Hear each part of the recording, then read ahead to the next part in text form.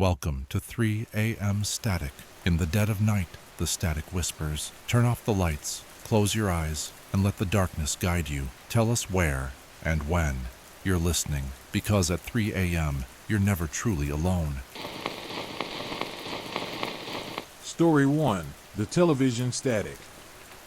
The flickering of the old television screen had become a constant companion, a malevolent presence in the corner of my living room.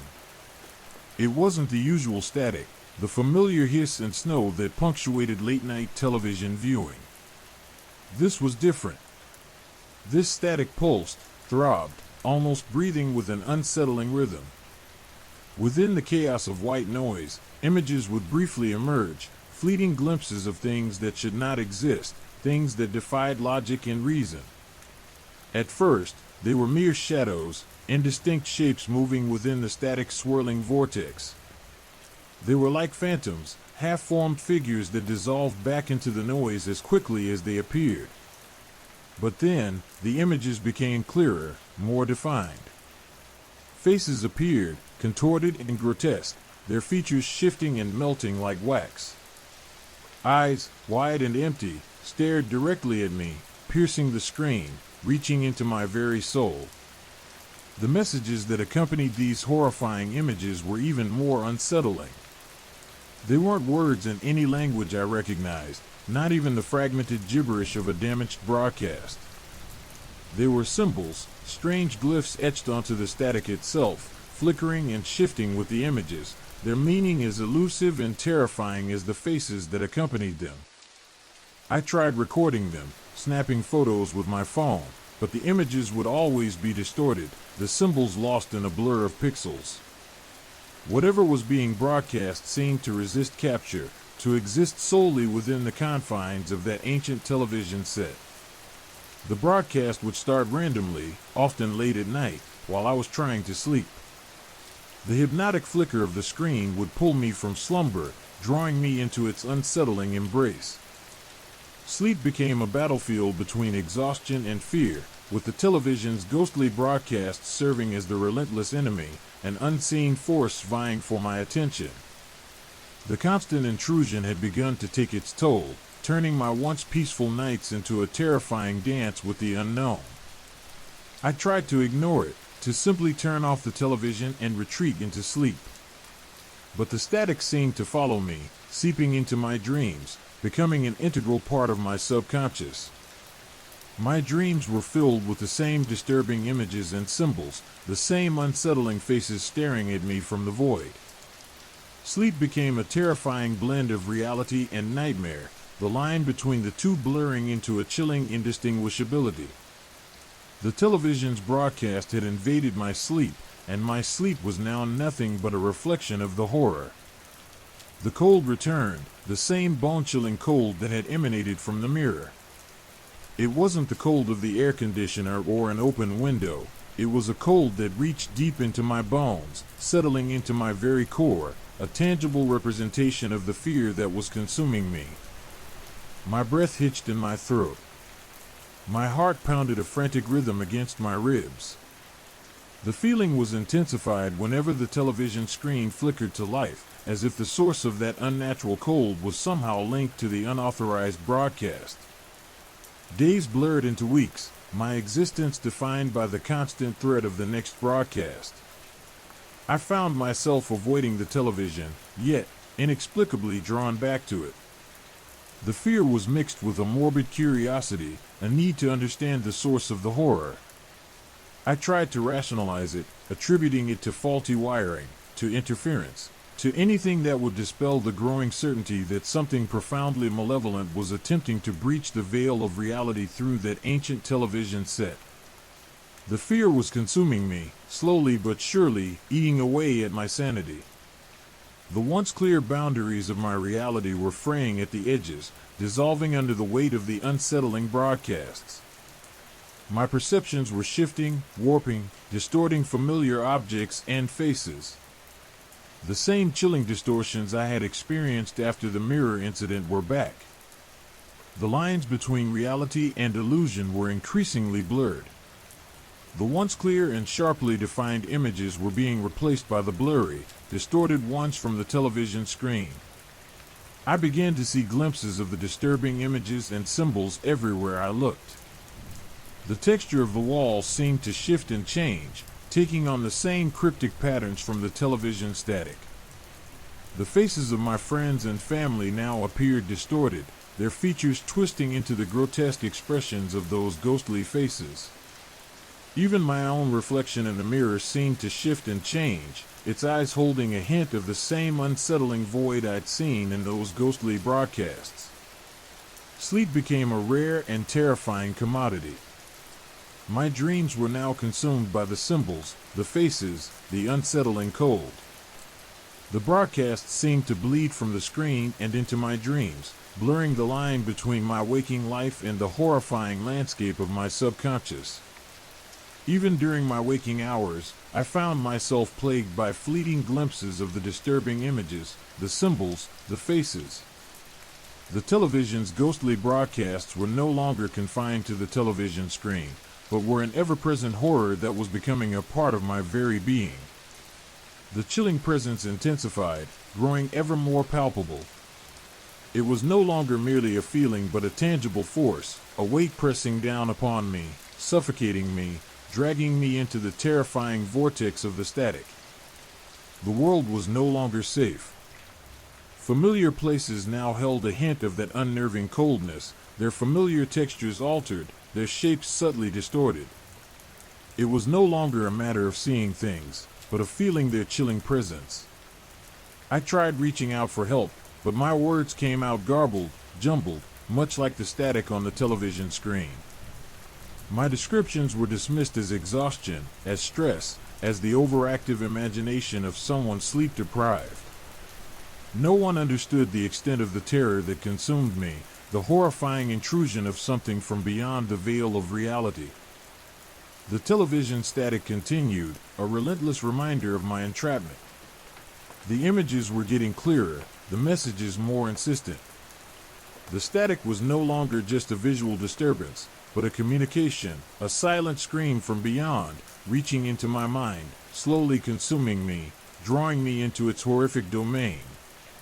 I was trapped in a cycle of fear and uncertainty. The mirror's horror had prepared me for this, or perhaps it was only a prelude, a taste of what was yet to come. The escape from the mirror had not been an escape at all, it was merely a transition. The terror was evolving, growing more sinister, more pervasive, and there was no escape this time. The television's silent scream was the new constant in my life, and the chilling presence was no longer an unwanted visitor but a permanent fixture in my distorted reality. The unauthorized broadcast was never going to end. The static wasn't just a visual disturbance anymore. It had a texture, a weight, a presence that pressed against me like a suffocating blanket. It wasn't the hiss and crackle of faulty electronics, it was something organic. It felt as though the television itself was breathing, its aging components pulsing with a life of their own, a malignant life fueled by the chaos on the screen. The whispers started subtly, barely audible above the white noise, like the rustling of leaves in a dark forest. At first, I dismissed them as auditory hallucinations, a byproduct of sleep deprivation and mounting terror. But the whispers grew bolder, more insistent, weaving themselves into the chaotic symphony of the static. They were not words, not in any language I understood, but fragments of sounds, half-formed syllables that teased the edges of comprehension, hinting at something unutterably horrific. Then came the voices. They didn't emerge from the speakers, they seemed to emanate directly from the static itself, from the swirling vortex of white noise. There were a chorus of distorted voices, overlapping and intermingling, a cacophony of whispers and screams. Sometimes, a single voice would break through the din, a chillingly clear voice that spoke directly to me, addressing me by name, a voice that spoke in my own thoughts, in the recesses of my mind. It knew things about me, intimate details that no one else could possibly know. It felt like a malevolent entity was using the static to probe my consciousness, probing the depths of my innermost fears. The voices were insidious, manipulative, weaving a tapestry of paranoia and despair. They would whisper promises of power, of knowledge, of escape from the terror that consumed me, promises that twisted and shifted like the images on the screen. They spoke of a world beyond comprehension, a realm of unimaginable horror and power, a place where the rules of reality ceased to apply, a place they tempted me to join them. They painted vivid, gruesome visions, filling my mind with scenes of impossible violence and unimaginable suffering, scenes that seeped into my waking life, distorting my perception of reality. The symbols, the cryptic glyphs that flickered within the static, intensified in their presence. They appeared not only on the screen but also in my peripheral vision, imprinted upon the walls, the ceiling, the very air around me. They pulsed with a sickly, phosphorescent light, seeming to writhe and twist before my eyes, a mocking reminder of the entity's encroaching presence. I tried to sketch them, to photograph them, to commit them to memory, but they always eluded me, transforming into meaningless scribbles the moment I attempted to capture their essence. The more I tried to grasp the meaning of these symbols, the more they seemed to mock me, taunting me with their incomprehensibility. The cold intensified. It was no longer a mere chill, but a penetrating icy blast that seeped into my very bones, leaving me shivering uncontrollably, even during the summer heat. The cold emanated from the television, a tangible presence that intensified whenever the voices spoke, a palpable reminder of their chilling power. It felt like an icy hand grasping my soul, pulling me towards the vortex of the static. The cold was not just a physical sensation, it was a psychic invasion, freezing my thoughts, chilling my blood, and stealing my breath. Sleep became a luxury I could no longer afford. The moment I closed my eyes, the voices and the symbols invaded my dreams, intensifying the horror. My dreams weren't just visions. They were lived experiences, a nightmarish extension of the static's broadcast. I would find myself wandering through twisted, nightmarish landscapes, surrounded by the grotesque faces from the television screen, haunted by the same cryptic symbols that plagued my waking hours. The boundary between dreams and reality eroded, leaving me lost in a perpetual state of terror. My sanity frayed. The world around me became distorted, warped, reflecting the chaos of the static. Faces blurred, familiar objects twisted into monstrous forms. The colors seemed to bleed together, the lines between objects lost in a kaleidoscopic mess of shapes and shadows. I couldn't trust my own senses. I couldn't discern reality from the horrors projected by the television. The lines between reality and hallucination became increasingly blurred, and the fear became overwhelming. My attempts to seek help were futile. I tried to explain the voices, the symbols, the chilling cold, but my words failed me. My descriptions sounded like the ramblings of a madman, an incoherent stream of fear and desperation. Doctors prescribed medication, therapists suggested therapy, but no one could understand the true nature of my torment. They dismissed it as stress, as sleep deprivation, as a manifestation of my own anxieties, reinforcing my growing isolation and helplessness.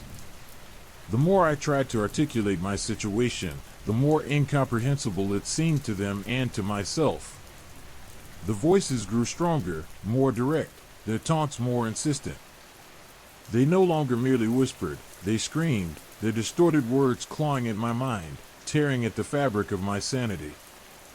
They began to command, ordering me to do things, to break things, to inflict violence, slowly pushing me towards a descent into madness.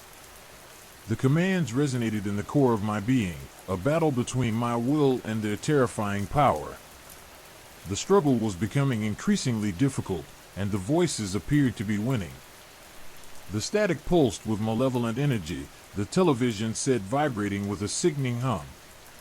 The screen pulsed like a malevolent heart, a doorway to another dimension.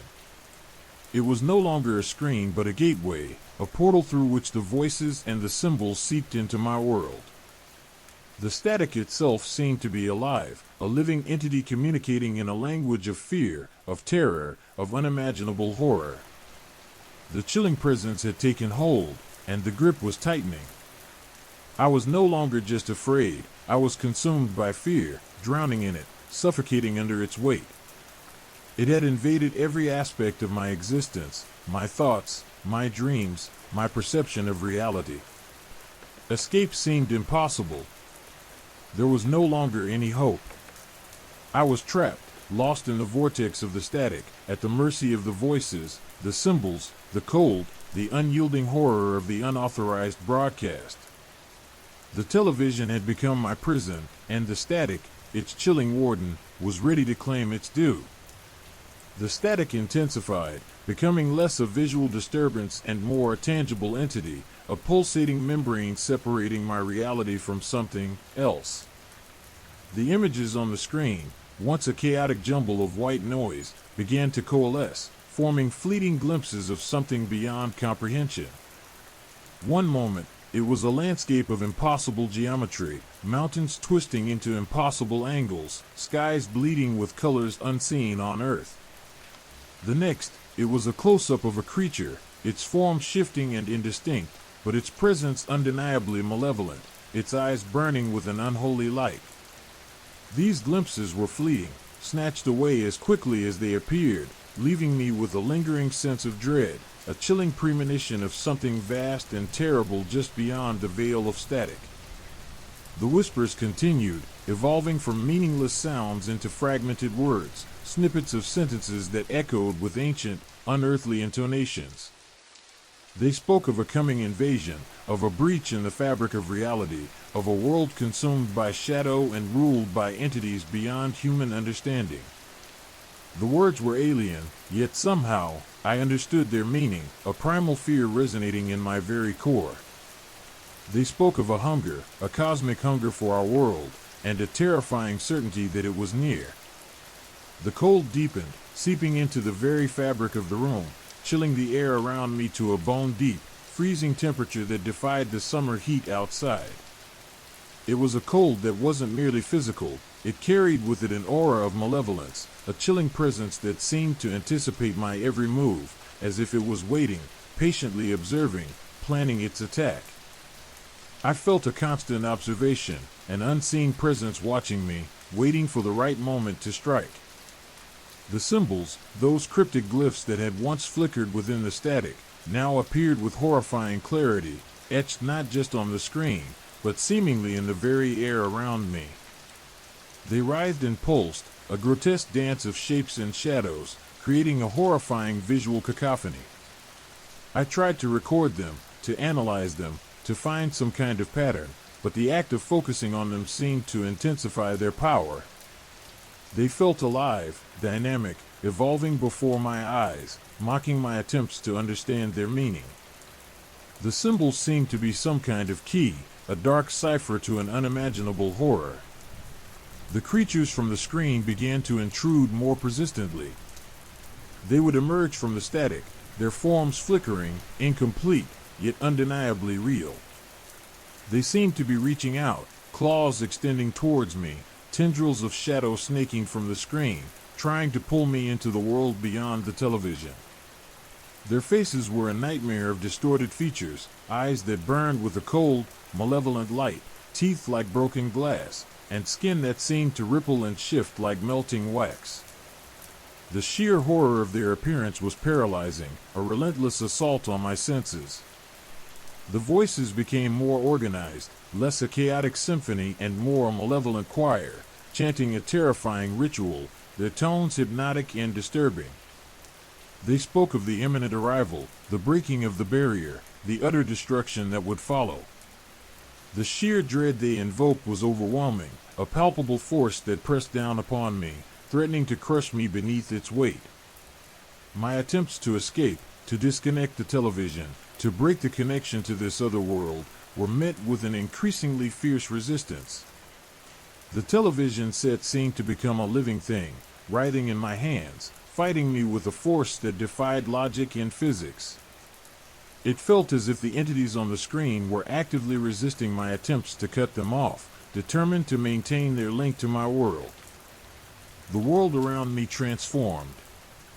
My apartment seemed to morph, its familiar layout twisting and shifting into grotesque parodies of their former selves. The furniture twisted into nightmarish shapes, walls pulsed with an unnatural light, floors seemed to undulate beneath my feet. I felt like I was in a waking nightmare, lost in a maze of impossible geometry and unnerving sounds. The sense of disorientation was profound, a crushing wave of fear and uncertainty. My body became weak and trembling, exhaustion became a constant companion. Sleep brought no respite. Instead, it plunged me deeper into the horrific reality of the static's broadcasts. My dreams were nightmares, a visceral experience of the otherworldly invasion, visions of the grotesque creatures from the television screen invading my reality. I struggled to tell where my dreams ended and my waking life began, constantly battling a crushing wave of despair. My attempts to seek help became more desperate, yet increasingly futile. The doctors saw only a breakdown, a spiral into madness. My words were dismissed as the symptoms of illness, the hallucinations of a sick mind. My desperation transformed into a silent agony, a profound isolation, reinforcing the growing sense that I was trapped in my own personal hell. The final stage was a complete surrender to the reality of the screen.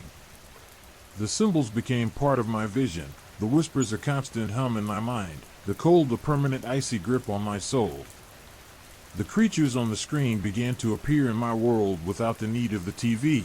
They were real, tangible, walking among us. The voices were no longer just voices, they became my thoughts, controlling my actions, pushing me towards the inevitable. The invasion had begun. The static was no longer merely interference. It was the harbinger of a new reality, a nightmarish world where the rules of our universe no longer applied. The television wasn't just a screen, it was a portal, and I was its unwilling conduit. The other side had breached the barrier, and now it had claimed me. The chilling reality was undeniable, the horror absolute. I was lost, utterly consumed by the unyielding darkness that spilled forth from the screen, a silent scream fading into the overwhelming static. My world was gone, replaced by a landscape of endless night, ruled by the things that crawled out from the other side of the screen. The static had won. The apartment walls pulsed with a sickly green light, the rhythm mirroring the throbbing in my temples. The familiar floral wallpaper had contorted, the blossoms now grotesque parodies of their former selves, their petals dripping with a viscous, black fluid.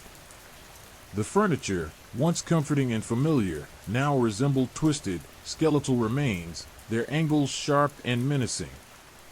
My own reflection in the warped surface of the glass coffee table showed a gaunt, hollowed-out version of myself, eyes burning with feverish intensity, hair plastered to my forehead with sweat.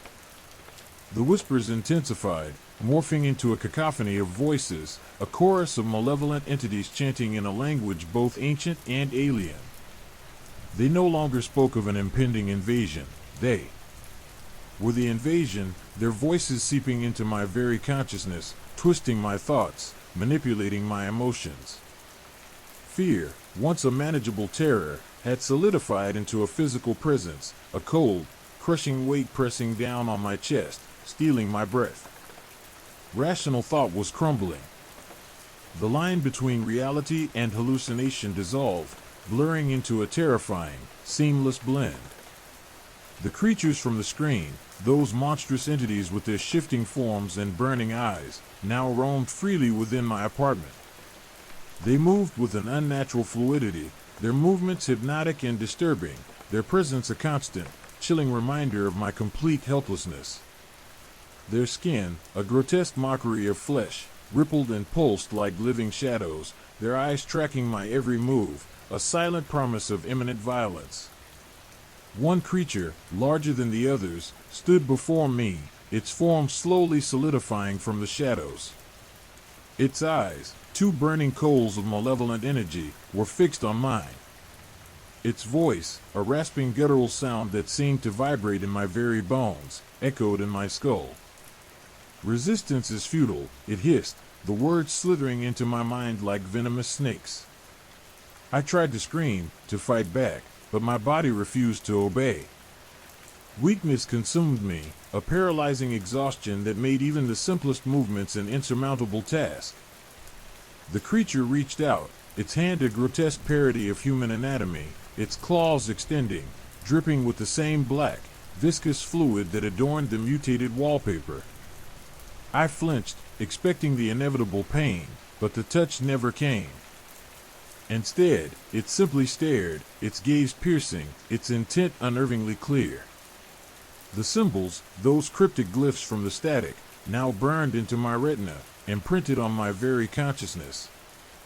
They writhed and pulsed, not just on the surfaces around me, but in the air itself, a horrifying three-dimensional display of impossible geometries.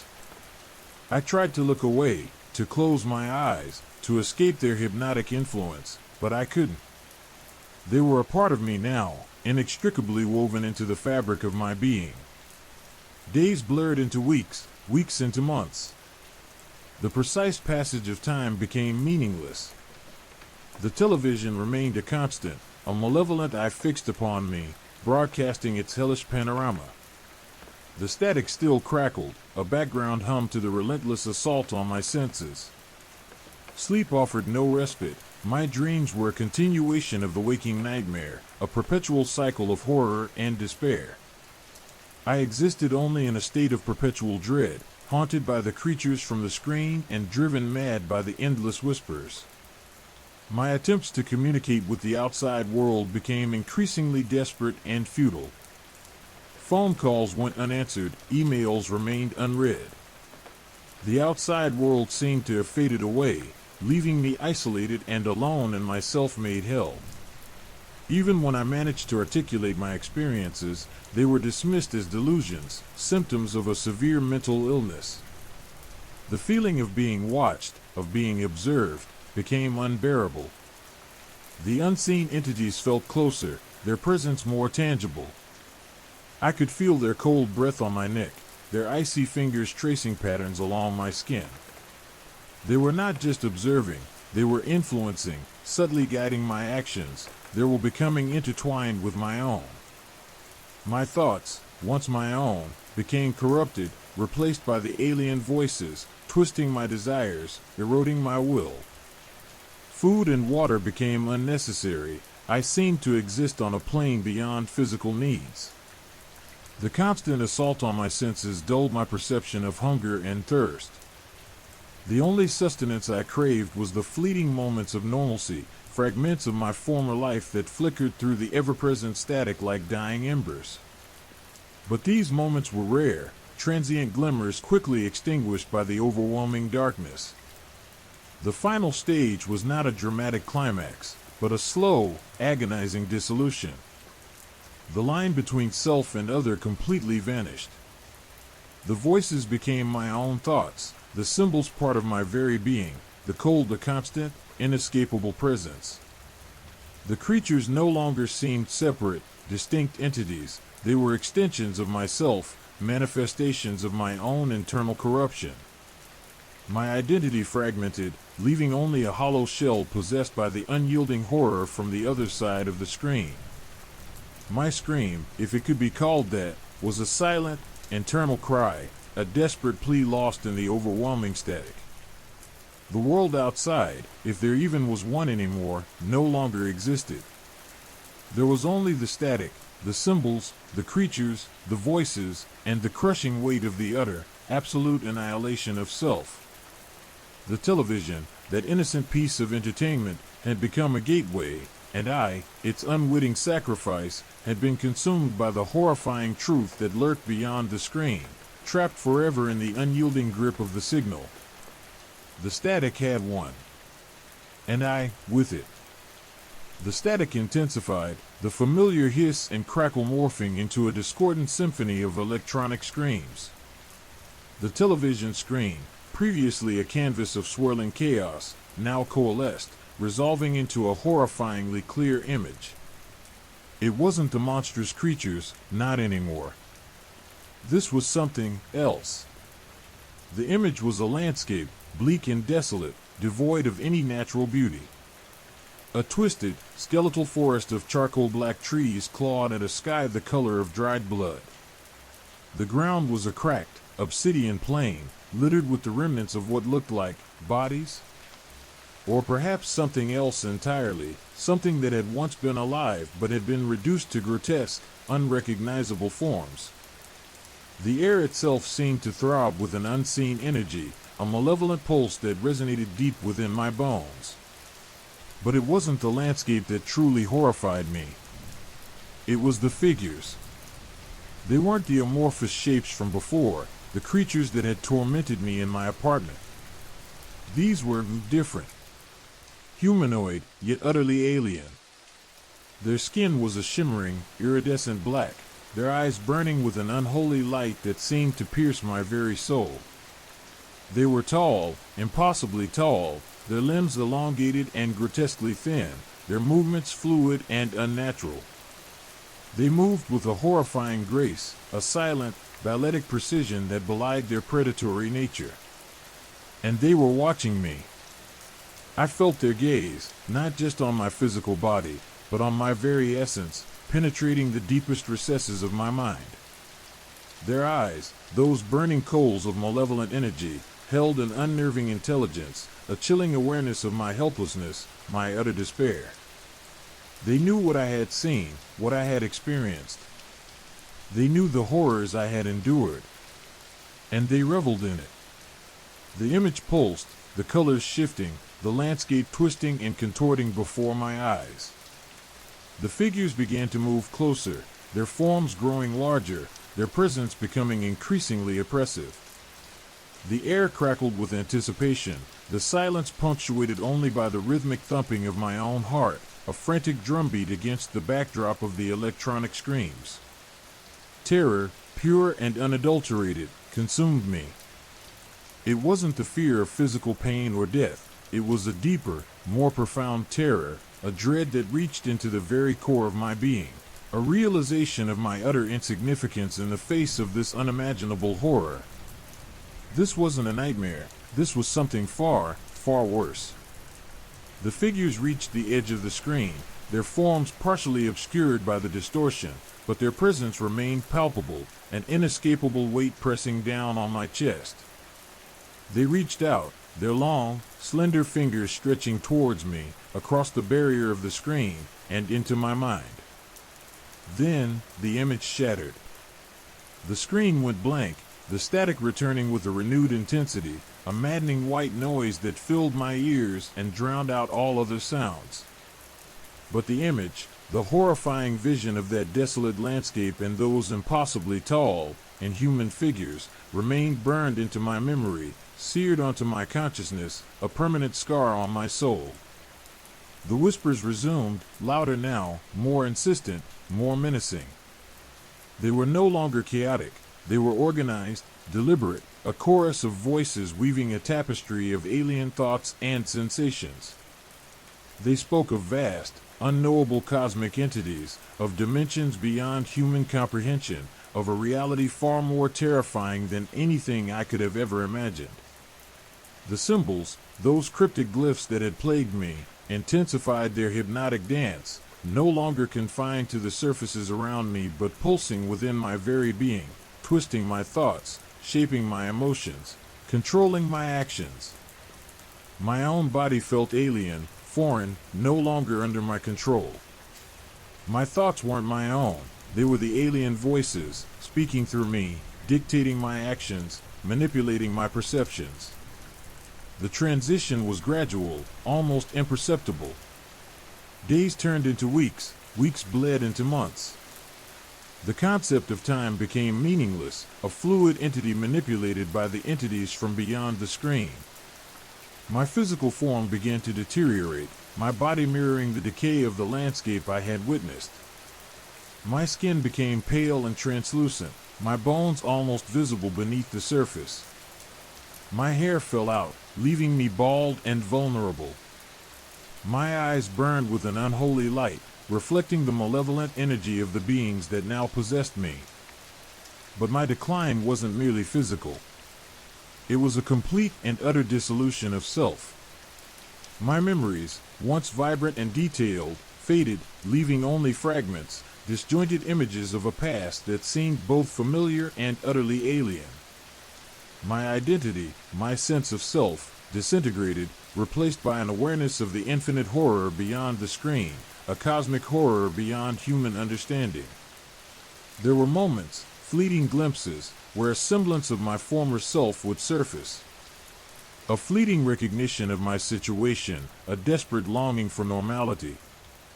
These moments were like dying embers, quickly extinguished by the unrelenting darkness that consumed me. There was no grand battle, no heroic struggle. My defeat was total, absolute. The invasion was not a physical one, but a psychological one, a subtle, insidious corruption of my very being. The static had won, not through violence or force, but through a slow, agonizing erosion of my mind, my soul, my very identity. The finality wasn't a dramatic ending, but a quiet, internal surrender. A fading away into nothingness, a silent merging with the horrifying reality that lay beyond the screen. My scream, if it existed at all, was a silent, internal cry, a desperate plea lost in the infinite expanse of the static. There was only the static, the symbols, the whispers, the chilling, ever-present awareness of the unspeakable horror that had swallowed me whole. The television, once a source of entertainment, had become my tomb. The screen, my gateway to hell. The static, my eternal prison. And I was no more. Only the static remained, a constant reminder of the horrifying truth. What lies beyond the screen is far more terrible than we can ever imagine. The static had consumed me, leaving only an echo in the void, a testament to the insidious power of the signal. A chilling reminder that sometimes, what we see is only a fraction of the horror that truly exists. The silence is the worst part. A silence punctuated only by the ever-present hiss of static, a constant, maddening reminder of the invasion from beyond the screen. The invasion that took me, leaving nothing but an empty shell and the unbearable weight of an infinite horror. The static had won. And there was no escape. Story 2, The Car Mirror. The drive home was usually uneventful, a blur of streetlights and the hum of the engine. Tonight, however, felt different. A prickling unease settled on my skin, a premonition of something wrong, something off. It started subtly, a feeling of being watched, of unseen eyes following my every move. Then I saw it, in the car mirror. At first, it was just a flicker, a momentary distortion at the edge of my vision. The streetlights, usually sharp and distinct, seemed to shimmer, their light wavering like a candle flame in a strong wind. The buildings lining the road, normally familiar and comforting, appeared elongated, their shadows stretching unnaturally long, their shapes subtly warped. It was as if the very fabric of reality was fraying at the edges, unraveling like a worn-out tapestry. I blinked, trying to shake off the feeling, convinced it was just fatigue playing tricks on my eyes. But the distortion persisted, growing more pronounced with each passing moment.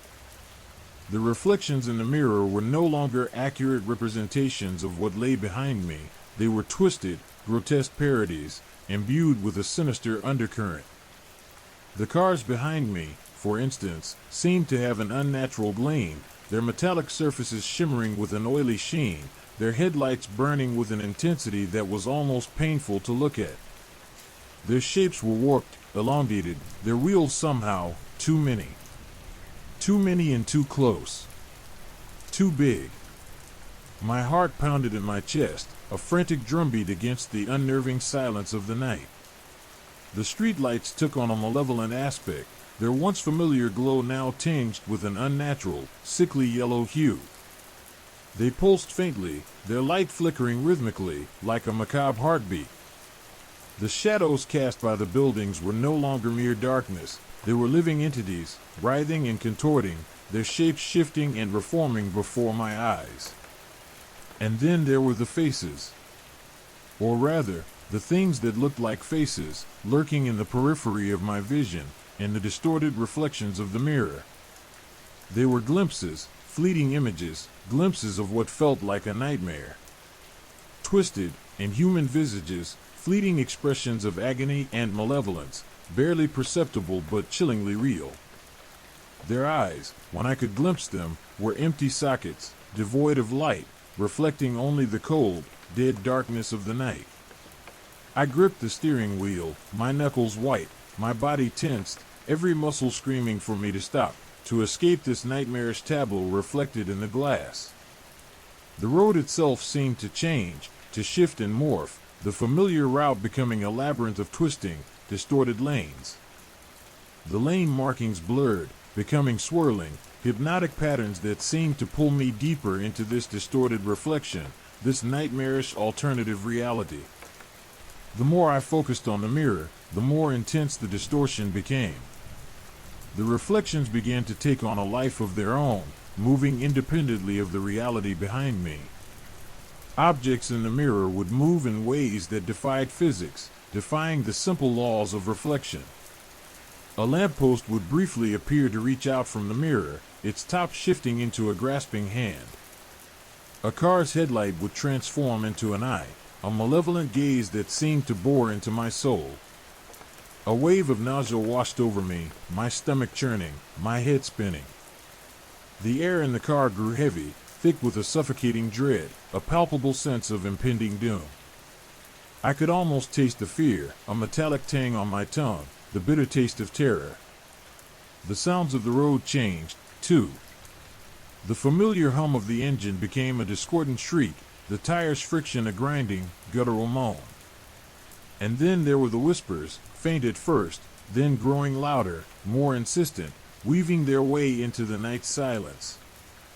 They were whispers of dread, low murmurs of something ancient and malevolent, speaking in a language I didn't understand, yet somehow understood perfectly. The whispers spoke of a world beyond the mirror, a world of shadows and darkness, a realm of unimaginable horror. A world where the familiar was twisted into something grotesque, where reality was no more than a fragile illusion, easily shattered by the touch of something ancient and evil. My grip on the steering wheel tightened to the point of pain. Each passing moment felt like an eternity, a slow descent into a nightmarish abyss reflected in the twisted glass of the car mirror. My mind raced, searching for a rational explanation, desperately clinging to the notion that it was all some strange hallucination, some cruel trick of the light and the late-night drive. But I knew, deep down, that this wasn't some mere trick of the mind. This was something else, something far more sinister, something that lurked beyond the veil of reality, beckoning me closer with every distorted reflection. The road continued, twisting and turning, leading me deeper into the distorted landscape reflected in the mirror. With each mile, the distortion grew more intense, the horror more palpable, the whispers more insistent. I could feel myself being pulled, almost against my will, towards the twisted reflection, towards the nightmarish reality that lay just beyond the surface of the glass. I had to stop. I had to break free from this nightmarish ride. But as I reached for the brake pedal, the car mirror shattered, the reflection splintering into 1,000 pieces. But even as the glass broke, the image, the horror, remained. It was burned into my mind, etched onto my soul, a permanent scar on the fabric of my reality. The whispers persisted, a haunting reminder of the otherworldly realm reflected in the broken glass, a constant reminder of the chilling truth. There are things beyond human comprehension that can be reflected in the strangest of places, including the simplest of car mirrors. And they are watching us. Always watching. The shattering glass didn't break the spell. It just made the nightmare more real. The fragments of the mirror scattered, each piece a window into a horrifying, distorted reality. The whispers were now closer, more intense, more real. The road blurred, twisting and turning into an unending spiral of fear. The journey had only just begun, and I was not in control. The shattered remains of the mirror lay scattered across the floor, but the feeling of being watched didn't dissipate. It intensified. The whispers, once faint murmurs, now echoed in my ears, a chorus of unseen voices, a cacophony of dread. I swerved the car violently, nearly losing control, the tires screaming in protest against the sudden maneuver. The distorted landscape, previously confined to the reflection, seemed to seep into the real world. The trees lining the road contorted, their branches reaching out like skeletal fingers, their leaves rustling with an unnatural urgency. The air grew colder, a chilling breeze that had nothing to do with the outside temperature. It was a cold that seeped into my bones, a cold that spoke of an ancient, malevolent presence, a cold that froze my very soul. My breath hitched in my throat, a strangled gasp caught in the vice of terror. I glanced in the rearview mirror, expecting to see something, anything, to explain this descent into madness. But the mirror, though cracked, only reflected the empty, desolate road behind me. The image was normal, mundane, a stark contrast to the horrors unfolding in my perception. The feeling of something in the passenger seat was undeniable. It wasn't a physical presence, not in the traditional sense. There was no weight, no touch, no smell. Yet, the oppressive feeling was tangible, as real as the steering wheel beneath my trembling hands. It was a presence that existed solely in the periphery of my vision, a shadow lurking just beyond the edge of my awareness, only truly perceptible in the distorted reflections I'd experienced. Even without the mirror, its gaze was felt. I gripped the steering wheel, knuckles bone white, my eyes darting nervously from the road to the passenger seat, expecting to see something. Anything. A flicker of movement, a hint of shadow, a distortion in the air. But there was nothing visible. Only the empty seat, a void filled with an unnerving, suffocating presence. The whispers intensified, forming words, or at least, something akin to words. They were guttural, rasping sounds, like nails scraping against a chalkboard, a symphony of dissonance that grated against my sanity. The words, though incomprehensible, conveyed a palpable sense of malicious intent. They spoke of an invasion, a corruption, a merging of realities. They spoke of something ancient and malevolent, waiting to consume the world, beginning with me. My heart hammered against my ribs, a frantic drumbeat echoing the whispers, a morbid counterpoint to the silence of the empty passenger seat. I risked another glance at the broken fragments of the mirror scattered across the floor. Each shard seemed to reflect not the empty road, but fleeting glimpses of something horrific, distorted faces, swirling vortexes of darkness, and eyes that burned with an unholy light. They were glimpses, fragments of something that shouldn't exist, yet were undeniably real. The car's engine sputtered, coughed, and nearly died. I frantically pumped the accelerator, my foot pressing down hard, fear tightening my muscles. The engine roared back to life, but the sound was different, deeper, more guttural, like a beast struggling for breath. The car jerked, the steering wheel fighting in my hands as if a force beyond my control was wresting it from me. The feeling of the presence intensified again. It was closer, almost touching me, its weight pressing against my side, an unseen force pressing into me. I could almost feel its icy breath on my neck, its malevolent gaze boring into the back of my head. This wasn't just observation anymore, it was malice. I fought to maintain control, my body trembling with a fear so profound it threatened to paralyze me. The road ahead seemed to warp and twist, the familiar landscape dissolving into a chaotic jumble of distorted shapes and unsettling shadows. The very air itself seemed to crackle with an unnatural energy, a tangible sense of evil that saturated the car, wrapping around me like a suffocating shroud. The whispers now accompanied the engine's strained roars, morphing into a chorus of voices that chanted ancient, horrifying words, words that spoke of an inevitable doom, of a world consumed by shadows, of the end of all things. The chanting seemed to reverberate not just in my ears, but in my very bones, a deep resonant hum that vibrated within my very being. I drove, not knowing where I was going, driven only by a primal instinct to escape, to outrun the horror that pressed against me, the horror that seemed to be seeping into my very soul. The landscape outside became more surreal with each passing moment, trees contorting into monstrous shapes, the road disappearing into a swirling vortex of darkness, the sky a canvas of swirling, ominous clouds. It felt as though I was driving not through reality, but through a living nightmare. The entity in the passenger seat didn't move, didn't make a sound, but its presence was overwhelming. It was a void, a blank space that felt heavier than any physical being, a nothingness that hummed with a terrifying energy. Its silence was far more terrifying than any scream, more menacing than any physical attack. It was a presence that stole your breath, chilled you to the core, and warped your mind, turning your own thoughts and fears against you. The car's interior changed, mirroring the external distortions. The leather seats seemed to ripple and shift, the dashboard gauges pulsating with an eerie, rhythmic glow. The air itself became thick and heavy, a miasma of fear and dread, stifling me, suffocating me, slowly draining the life from me. The feeling was akin to drowning, not in water, but in pure, unadulterated terror. Then, as suddenly as it began, the feeling eased. The whispers faded, the chanting ceased, the distortion of the landscape subsided.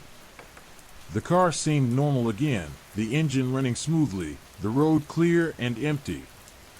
The terror retreated, leaving behind a profound sense of exhaustion, of bone-deep weariness. I pulled over, my hands shaking uncontrollably. But the relief was short-lived. As I sat there, catching my breath, I saw it. A fleeting glimpse in the cracked rearview mirror, a distorted figure, something humanoid yet utterly alien, sitting in the passenger seat, its face shrouded in shadow, its eyes burning with a malevolent, cold light. The glimpse was instantaneous. It was gone in a blink of an eye. I checked my surroundings. I was alone, yet again, the unsettling presence merely a figment of my fractured reality, or so it seemed. The drive home, now seemingly mundane and uneventful, was haunted by the lingering echo of terror. Every shadow seemed to hold a malevolent intent. Every quiet moment whispered of impending doom. The normalcy felt artificial, a veneer disguising an underlying and festering horror. And I knew, with a chilling certainty, that the entity in the passenger seat would return. It wasn't gone. It was just waiting. Watching. Waiting for the right moment to return to its chilling game, to once again corrupt my perception of reality and drag me back into the vortex of terror. The car mirror, though shattered, was a useless shield against the presence. The passenger seat's uninvited guest would always find a way to make its presence known, twisting the mundane into an unending nightmare. The journey, it seemed, was far from over.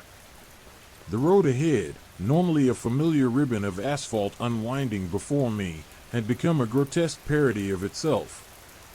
In the rearview mirror, the landscape warped and twisted, morphing into a surreal tapestry of impossible angles and unsettling shadows. Straight lines bent into impossible curves, familiar landmarks dissolving into amorphous blobs of darkness, the trees contorting into grotesque, clawing figures reaching out from the distorted landscape. The sky itself seemed to writhe, a canvas of churning, ominous clouds, their edges frayed and jagged like the teeth of some monstrous beast. It wasn't a simple distortion. It was as if the mirror was actively altering reality, reshaping the world into a reflection of my own growing terror. The feeling was akin to looking into a funhouse mirror, but instead of amusement, it evoked a bone-deep chill, a creeping dread that tightened its icy grip around my heart. My breath caught in my throat, a silent scream trapped within my constricting chest. Each flicker of movement in the mirror, a bending tree, a shifting shadow, a fleeting glimpse of something that shouldn't exist, sent icy tendrils of fear down my spine. It wasn't just a visual distortion, it was accompanied by an auditory assault. A low, guttural hum permeated the air, vibrating through the car's frame and resonating deep within my bones. It was a sound that seemed to originate not from the external world but from within me, a primal fear echoing in the dark chambers of my soul. The hum pulsed, intensifying and waning in rhythm with the visual distortions, creating a sickening symphony of terror that threatened to shatter my sanity. The car, responding to the warped reality reflected in the mirror, began to behave erratically. The steering wheel fought against my grip, jerking violently as if battling some unseen force. The engine sputtered and coughed, its strained roar mirroring the guttural hum that vibrated through my being. It was as if the car itself was fighting against the reality being imposed upon it, desperate to escape the nightmare reflected in the rearview mirror. I gripped the steering wheel tighter, knuckles white and trembling, my heart a frantic drum against my ribs. The road ahead, though seemingly clear, seemed impossibly difficult to navigate. Every curve was sharper, every shadow deeper, every turn more perilous. It was as if the very fabric of reality was unraveling, twisting around me, threatening to pull me into the vortex of terror reflected in the rearview mirror. The mundane became monstrous, the ordinary twisted into something nightmarish, all seen in the fragmented reflection of the cracked glass. Sweat beaded on my forehead, despite the chilling air conditioning. My vision blurred, the distorted reflections in the mirror bleeding into my actual perception of the road.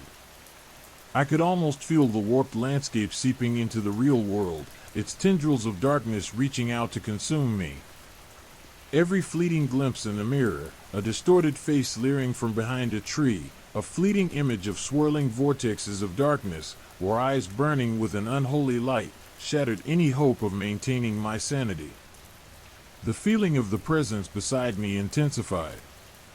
It no longer felt like a shadow in the periphery, it was a palpable weight, a chilling breath on the back of my neck, an icy touch on my arm. The passenger seat, empty yet somehow suffocatingly full, was the focal point of my growing terror. I could feel its malice, a tangible weight of evil that pressed against me, stealing my breath, chilling me to the core. Panic clawed at the edges of my consciousness. I fought against it, clinging to the vestiges of sanity, desperately trying to maintain control of the car, of my own mind, of my own fear. But the grip of terror was tightening, its icy fingers tightening around my throat, squeezing the air from my lungs. I was losing my grip on reality, the line between the reflected nightmare and my own terrifying situation blurring, becoming indistinguishable. Time itself seemed to stretch and distort, mirroring the warped landscape reflected in the mirror. Moments stretched into eternity, while others flashed by in an instant, a surreal jumble of perception and fear.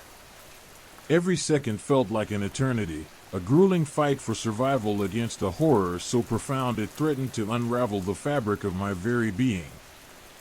Then, as suddenly as it started, the distortion began to recede. The warped landscape in the mirror slowly returned to normal, the impossible angles straightening, the monstrous trees reverting to their natural forms, the sky clearing, albeit still dark and menacing. The hum faded, the engine's roar smoothing out. The car responded, its erratic movements ceasing. The sense of crushing dread began to lift, leaving behind an agonizing exhaustion, a deep-seated weariness that seemed to weigh down every bone in my body. I pulled over to the side of the road, my hands shaking uncontrollably, my body drenched in a cold sweat. Relief washed over me, but it was brittle, fragile, easily shattered. It was a fleeting respite, a momentary reprieve from the unimaginable terror, a pause before the next attack. The feeling of the presence remained, however, subtly lingering in the periphery of my awareness, a constant, ominous reminder of the lurking horror. And I knew, with chilling certainty, that what I had experienced in the rearview mirror wasn't over. The road still stretched ahead, endless and unknown, each turn a new opportunity for the warped reflection to return. The car mirror, a tool intended to help navigate, had become a chilling portal to a reality far more terrifying than anything my imagination could conjure. And in that twisted, malevolent reflection, I saw my own impending doom. The journey, I knew, had only just begun. The nightmare, reflected in that fractured glass, was far from over. The entity in the passenger seat, the one that wielded this terrifying power, was waiting. Patiently. Watching.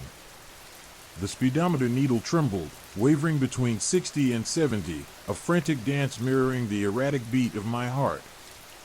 The road blurred, a smeared watercolor of black and gray, each pothole a potential catastrophe. My knuckles, raw and bleeding, clung white-knuckle to the steering wheel. The car, a rebellious beast, fought against my control, the steering wheel jerking unpredictably, the engine sputtering in protest. It felt as if the vehicle itself was trying to escape, to outrun the horror that clung to its reflection. In the rearview mirror, the chase continued. It wasn't a tangible entity, not a car or a person, but a distortion, a ripple in the fabric of reality. The landscape behind me contorted and twisted, familiar landmarks dissolving into grotesque parodies of themselves. Trees reached out like skeletal fingers, their branches clawing at the warped reflection of the car, their shadows elongating into impossible shapes that snaked and writhed. The sky, a bruised purple, was a swirling vortex of darkness, threatening to consume everything in its path. And within that chaotic maelstrom of warped reality, I saw glimpses of it. Not a clear image, not something I could define or describe, but fleeting impressions, a shadow of immense size, a suggestion of movement too fast to comprehend, the hint of something ancient and malevolent, a cosmic entity playing with its prey. It was the feeling of being watched, of being hunted, the subtle pressure of an unseen gaze. The certainty that I was not alone, not simply driving a car on a lonely road, but hunted, pursued by something that lived beyond the confines of ordinary reality. Every glance in the mirror was a fresh dose of icy dread. I dared not look for too long, lest I be consumed by the monstrous reflection, but I couldn't ignore it either. It was a chilling, constant reminder of the ever-present danger. The road ahead seemed to writhe and shift, adapting to the distortions in the mirror, transforming the familiar into something treacherous, something designed to trap and ensnare. The radio sputtered to life, a sudden crackle of static punctuating the oppressive silence, then a distorted voice, a whispering moan, a guttural sound that resonated deep within my bones, seeming to originate not from the speaker but from the very air around me. The sound was alien, primal, and utterly terrifying, a chorus of whispers that only my subconscious could understand, a symphony of impending doom. A sign appeared, seemingly out of nowhere, its paint peeling and warped like the reflection behind me, the words barely legible, dead end. A dead end, ironically, fitting the dire situation perfectly. I had no other choice, no other option. The road ahead, the road that was twisting and warping as if trying to swallow me whole, was my only path of escape. The monstrous reflection was closing in, its speed impossible to judge, its presence overwhelming. I pushed the accelerator to the floor, the engine screaming in protest.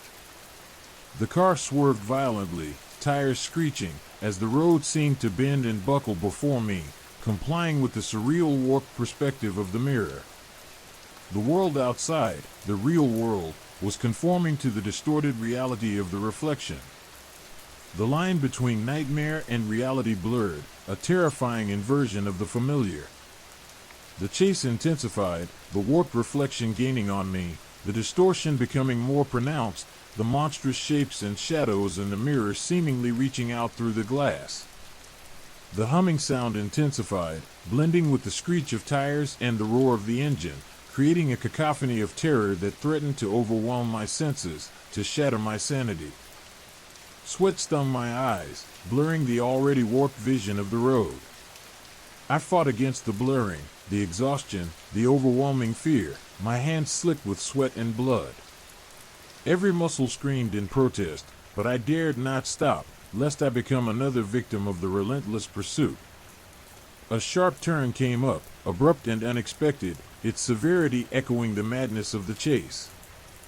I gripped the steering wheel tighter, fighting to maintain control, to keep the car on the road. The world outside twisted and warped around me, the trees transforming into grotesque figures reaching out to tear me from the vehicle. The sky seemed to press down, a suffocating weight that threatened to crush me. And still, in the rearview mirror, it pursued, relentless, unstoppable. A shadow of immense proportions, hinting at power beyond comprehension, a terrifying presence capable of bending reality to its own dark will. Miles bled into moments, the road stretching into an eternity of terror. I drove on, fueled by adrenaline and terror, a lone figure racing against the impossible, against a foe that seemed to exist only in the reflection, yet held the power to manipulate reality itself. Suddenly, the road opened into a clearing. A small, desolate town, seemingly forgotten by time, stood before me. Its buildings, dilapidated and decaying, were like twisted teeth, a gaping maw ready to consume the weary traveler. It looked inviting, despite its decrepitude. A respite. A flicker of hope. Or was it another trap? I hesitated, the fear of continuing the chase battling with the overwhelming exhaustion. The reflection in the mirror remained, a constant reminder of the horrors that pursued me, yet the clearing, the town, represented a desperate gamble. A chance to break free, even for a moment. With a sigh, a groan of surrender to my fate, I turned the car into the town, the engine struggling to carry the burden of fear and despair. The rearview mirror remained a constant reminder of the never-ending chase, the warped reality clinging like a shroud. But perhaps, just perhaps, amidst the decayed buildings and darkened streets, I might find a moment of respite. A temporary escape from the nightmarish reflection, and a chance to gather my strength for the inevitable next leg of my terrifying journey. The chase was far from over. The mirror still held the key, and the reflection waited. Patiently. The town materialized as if from a fever dream, its dilapidated buildings hunched together like conspirators whispering secrets in the wind. The silence was unsettling, a stark contrast to the cacophony of the chase. Even the warped reflection in the rearview mirror seemed to pause, the grotesque distortions momentarily stilled, as if holding its breath. A deceptive calm before a final, devastating storm. I steered the battered car towards the nearest building, a ramshackle inn with a sign that swung precariously on a rusty hinge, the paint flaking like dried blood. The Crooked Crown, it proclaimed, a morbidly apt name for this desolate haven. I needed to stop, to rest, to assess the damage, both physical and mental. The relentless pursuit had taken its toll, my body screamed in protest, my mind a swirling vortex of fear and exhaustion. The car groaned, its engine sputtering, as I pulled into a crumbling driveway. The brakes screamed in protest, a final, desperate cry before collapsing into silence. The car shuddered violently, the chassis groaning under the strain, then with a sickening crunch, metal tore against metal, the world tilting sideways in a dizzying, nauseating spin. The impact ripped through me, a searing wave of pain that washed over me, obliterating thought, consciousness itself. I remember the blinding flash of metal against metal, the deafening roar, the sickening crunch, and then, nothing. I awoke to the insistent throbbing in my skull, a symphony of pain echoing through my body. My head swam, my vision blurred, a kaleidoscope of colors and shapes, struggling to coalesce into a coherent image. Every muscle protested at the slightest movement, a searing fire consuming my limbs. Disoriented, I struggled to sit up, the world tilting precariously. Fragments of memory flickered through my mind, like shattered pieces of a broken mirror, the relentless chase, the warped reflection, the horrifying distortions, the desperate flight, the final, brutal crash. Was it a dream? A horrific hallucination brought on by exhaustion and fear? Slowly, painfully, I managed to open my eyes. I was surrounded by twisted metal and shattered glass, the remnants of my vehicle. The air was thick with the smell of gasoline and something else, something acrid and metallic, the scent of blood. My own? I touched my face, my fingers encountering a sticky, viscous substance. Blood. A lot of it. Panic clawed at the edges of my consciousness, a cold hand tightening around my heart. I was injured, badly injured. How badly? I tried to move, but a wave of nausea swept over me, forcing me to recoil. My legs felt heavy, useless. My left arm throbbed with a pain so intense it threatened to overwhelm me. Cautiously, I touched it, recoiling again with a gasp of pain. It was broken, grotesquely bent at an unnatural angle. My gaze drifted towards the rearview mirror, still clinging to the shattered remains of the windshield. It was cracked, spiderweb with fissures, but the reflection was still there. Or rather, it was still there. The distortion was less pronounced now, less chaotic, but still undeniably present.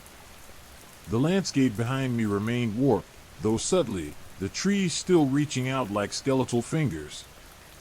And within the distorted reflection, I saw it again. A fleeting glimpse, a shadow, a hint of movement, the feeling of an unseen gaze. The certainty that I had not escaped, that I was still being watched, still being hunted. The chase, the horrifying chase, was far from over. The crash, had it been a victory, or simply a change of hunting grounds? A cold sweat broke out on my forehead despite the chill wind. My breathing grew shallow, ragged. The pain intensified, mingling with the icy tendrils of fear. I was trapped, not just physically trapped in the wreckage of my car, but also existentially trapped. Trapped in a warped reality where the line between nightmare and reality blurred into insignificance. The town, once a beacon of hope, now seemed menacing. Silent, watchful, complicit in this nightmare. The buildings hunched together like figures observing my predicament, a macabre audience witnessing my suffering. The Crooked Crown Inn, a grim monument to my ill-fated decision to seek refuge. The thought struck me, cold and sharp as shattered glass, had I escaped the chase, or had I merely driven myself into a deadlier trap? The distorted reflection, lingering in the fragmented mirror, implied the latter. I struggled again to move, the pain nearly incapacitating me. My breathing grew more ragged, my vision blurring further. The reflection in the fragmented mirror pulsed, the distortion growing stronger, hinting at the imminence of something terrible. The chilling realization struck me.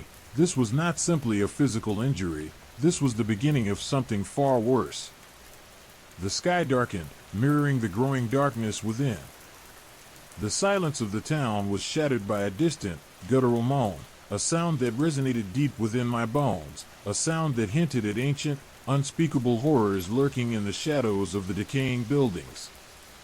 The chase, I realized, had not ended with the crash. It had merely begun a new, more insidious, and potentially more fatal stage. The reflection, the warped reality, had not been left behind in the destruction of the car. It had followed me into the town, into the wreckage, into my very being. And now, I waited, trapped and injured, for whatever horrors that distorted reflection held in store.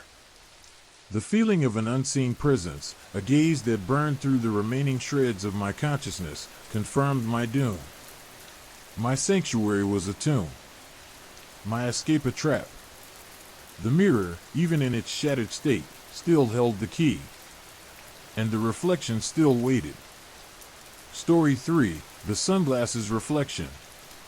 The throbbing in my skull intensified, a relentless pulse mirroring the erratic beat of my heart.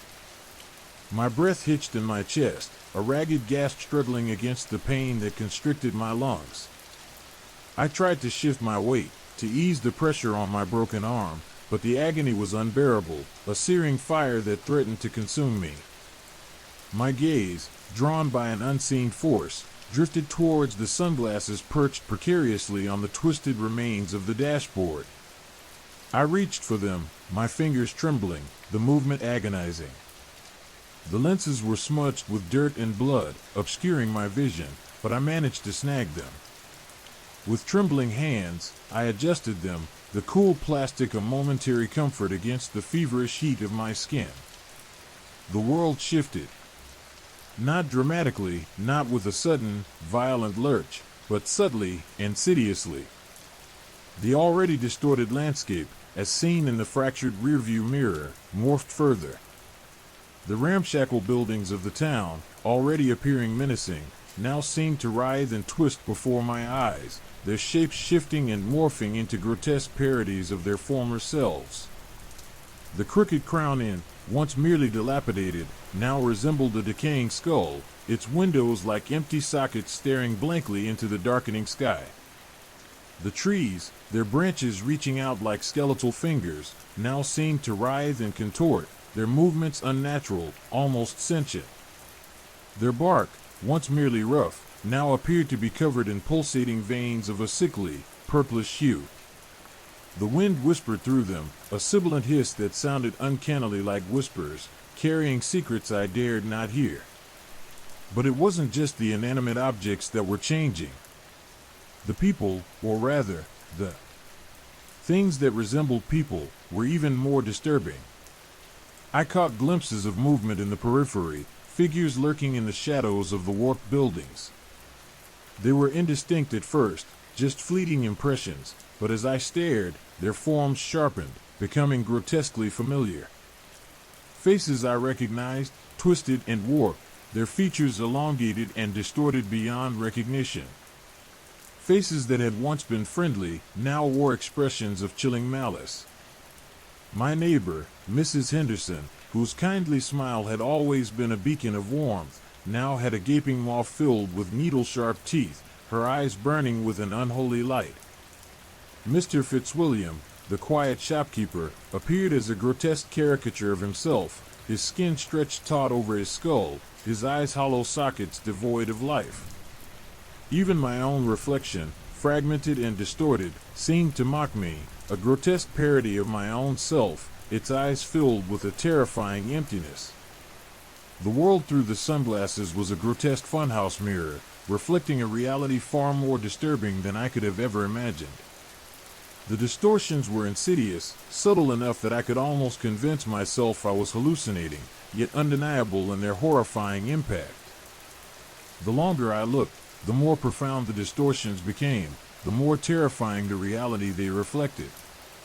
The subtle changes in the landscape seemed to accelerate.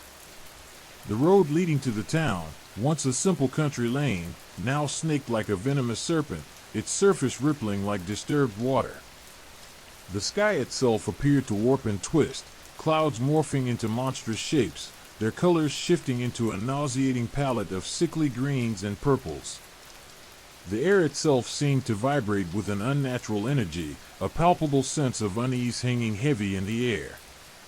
A low hum, almost imperceptible at first, resonated through my very being, a discordant symphony that resonated with the throbbing in my head. It felt as if reality itself were disintegrating, dissolving into a surreal nightmare.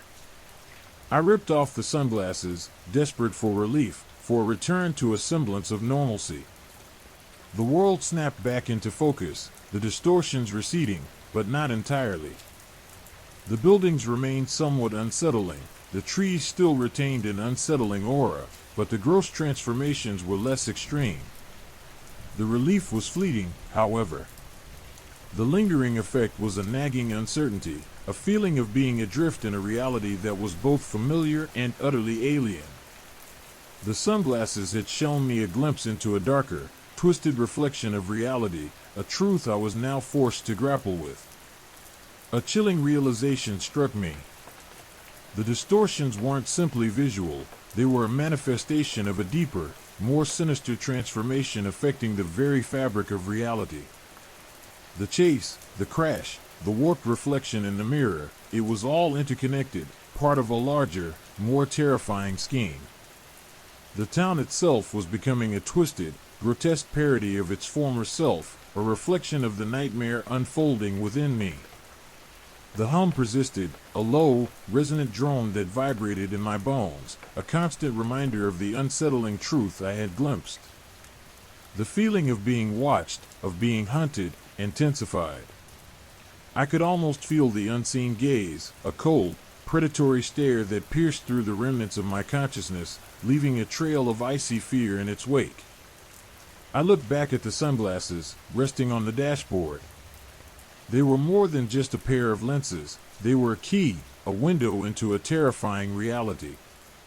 A reality that was subtly, inexorably twisting the familiar world into a grotesque parody, blurring the lines between dreams and nightmares.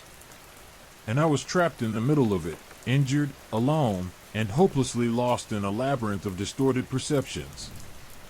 The crash wasn't the end of the chase. It was merely the beginning of a far more insidious and terrifying hunt. The world, viewed through the distorted lens of the sunglasses, was a horrifying reflection of what was to come. The sunglasses, once a simple accessory, now felt like a cursed artifact, a chilling memento of a reality far more terrifying than anything I could have ever imagined. The distant guttural moan echoed again, closer this time, a sinister prelude to the horrors that awaited.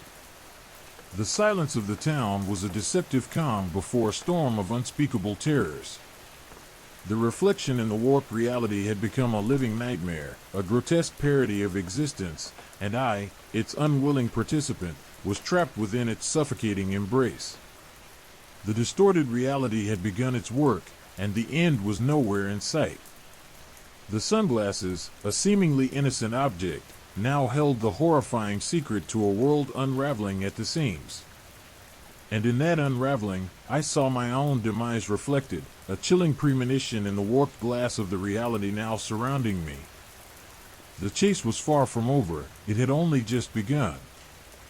The throbbing in my skull intensified, a relentless drumbeat accompanying the chilling realization that the distortion wasn't limited to the physical world.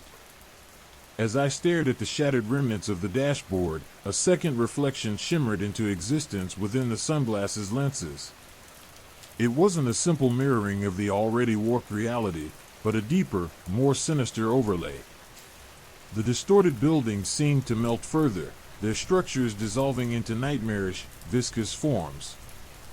The crooked crown inn, already resembling a decaying skull, now appeared to actively consume itself, its darkened windows like gaping maws, sucking the light from the already twilight sky.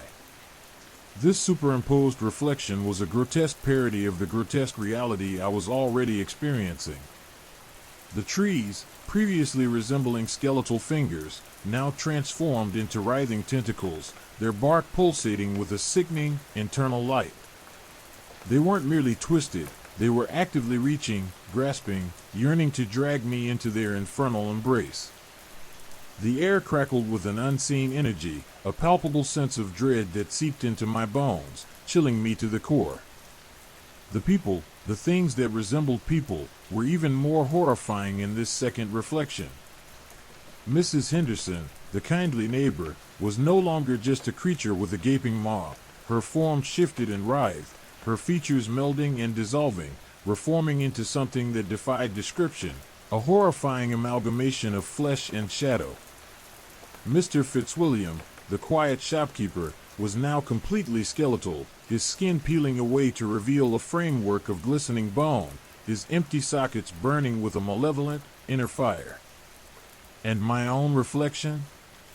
It was not merely a distorted parody, it was a complete inversion. My eyes, once filled with fear and desperation, now burned with a cold, calculating malice, a sinister intelligence that mirrored the horrors surrounding me.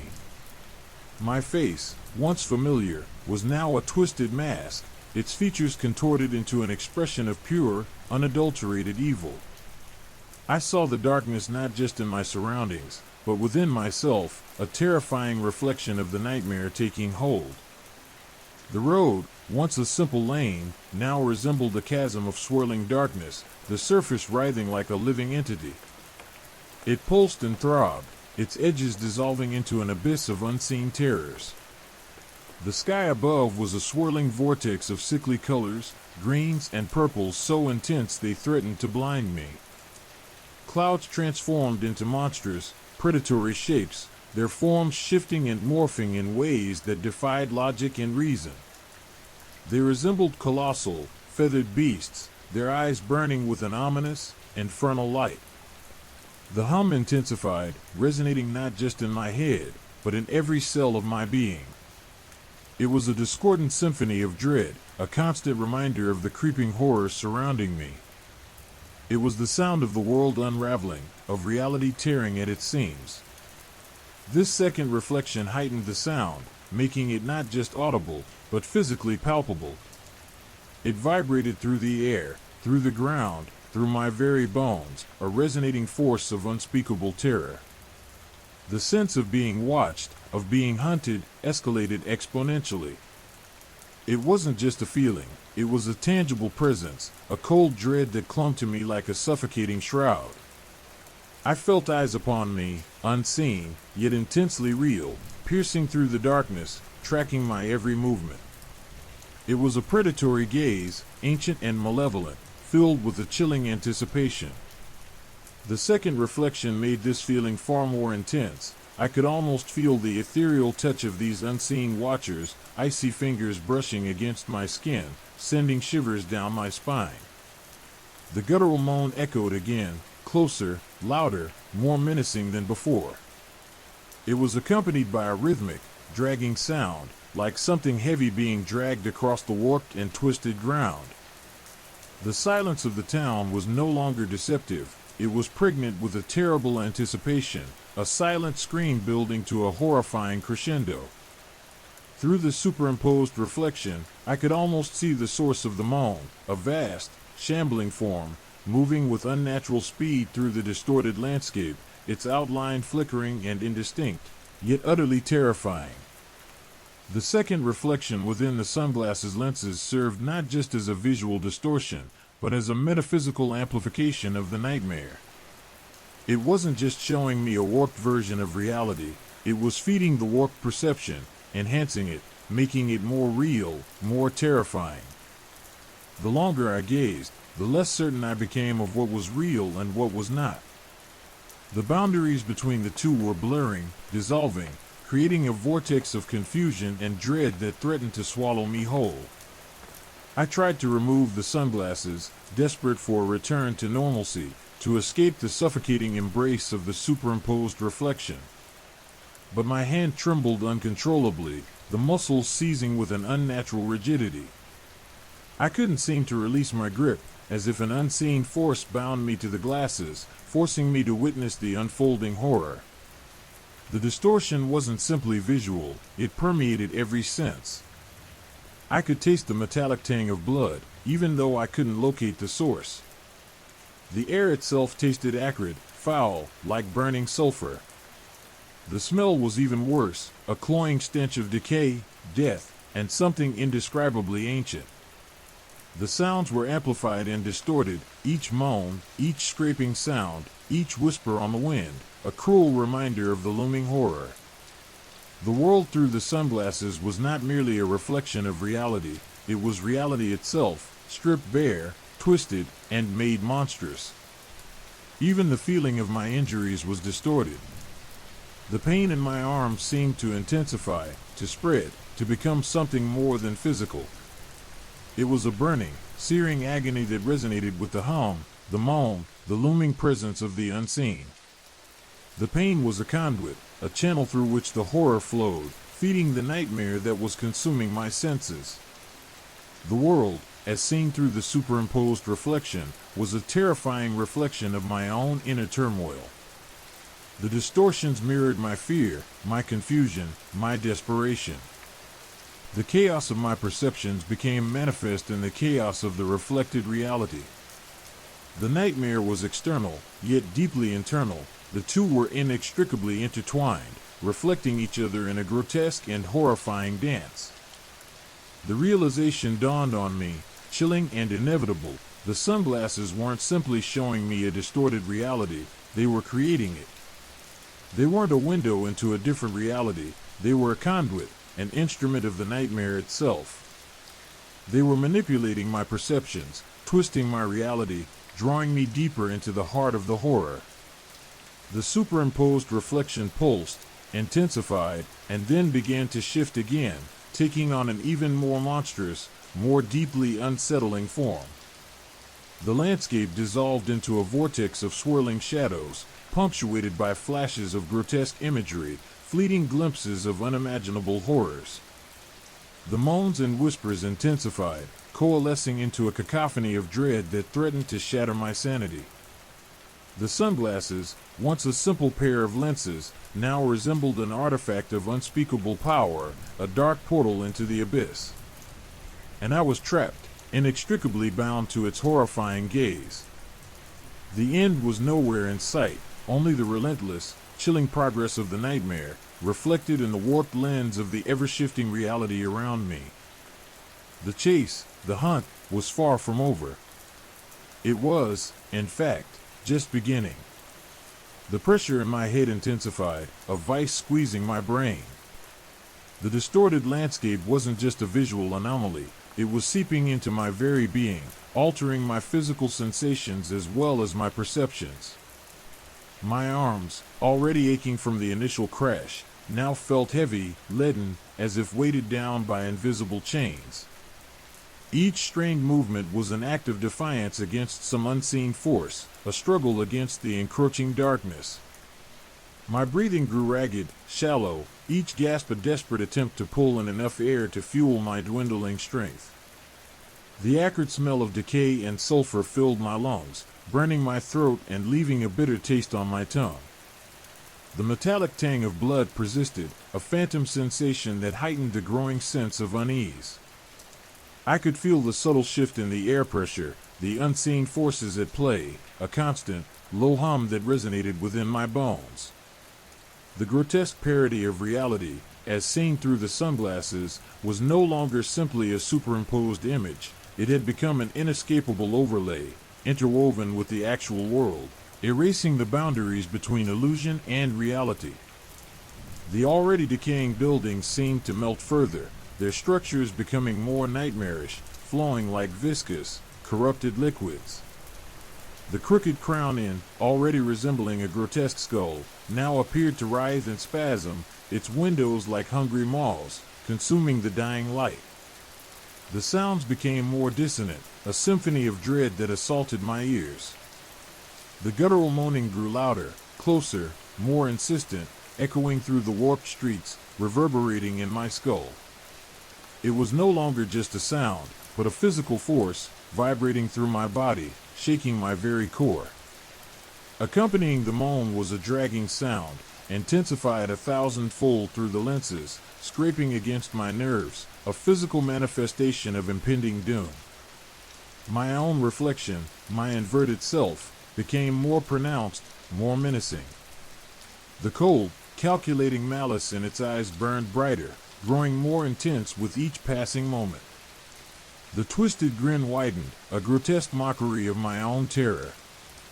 I stared into my own reflection, and what I saw wasn't a distorted image of myself. It was something alien, something truly wicked that held the power to swallow my soul.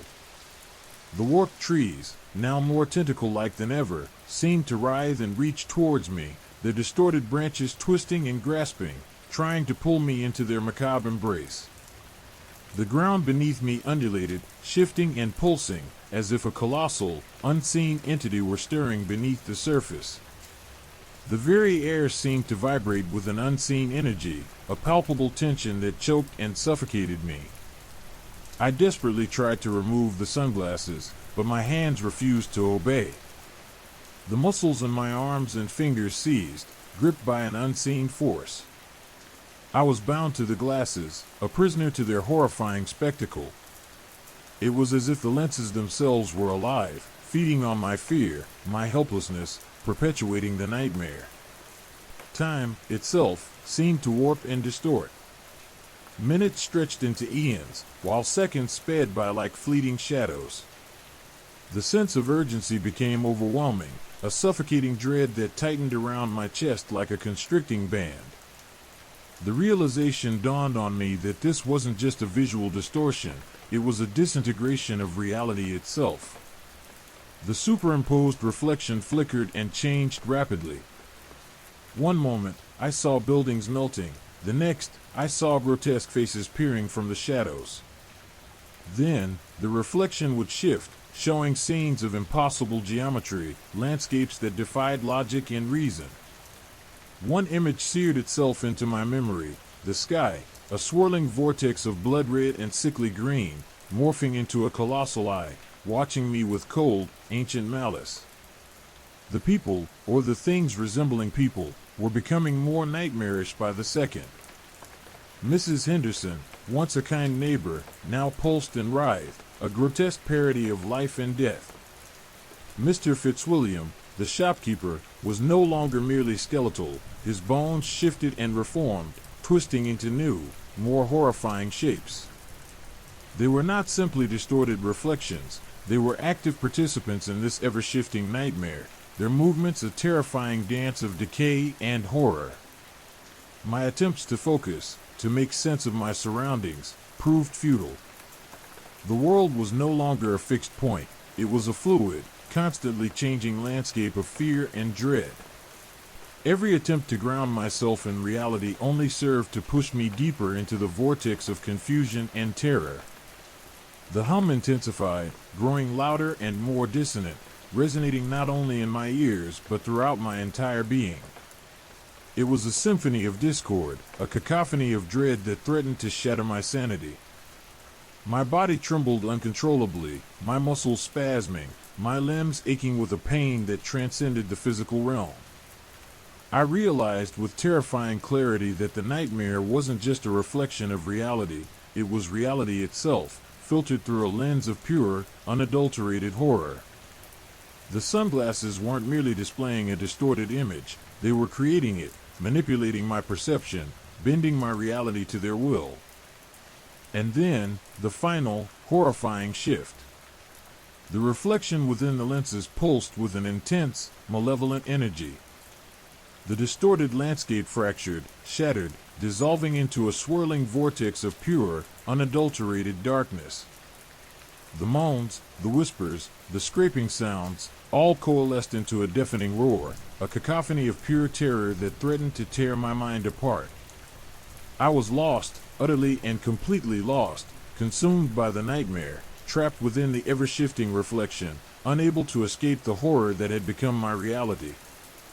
The sunglasses, once a simple accessory, were now a gateway, a conduit to something ancient, something deeply malevolent, and I was its unwilling participant, a captive audience to the end of all things.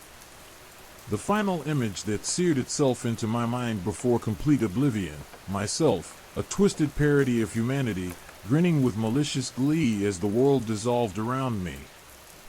The hunt was over, I had become the hunter. The world fractured. It wasn't a gradual disintegration, a slow crumbling of reality, but a violent shattering, like a dropped mirror scattering shards of a once unified whole.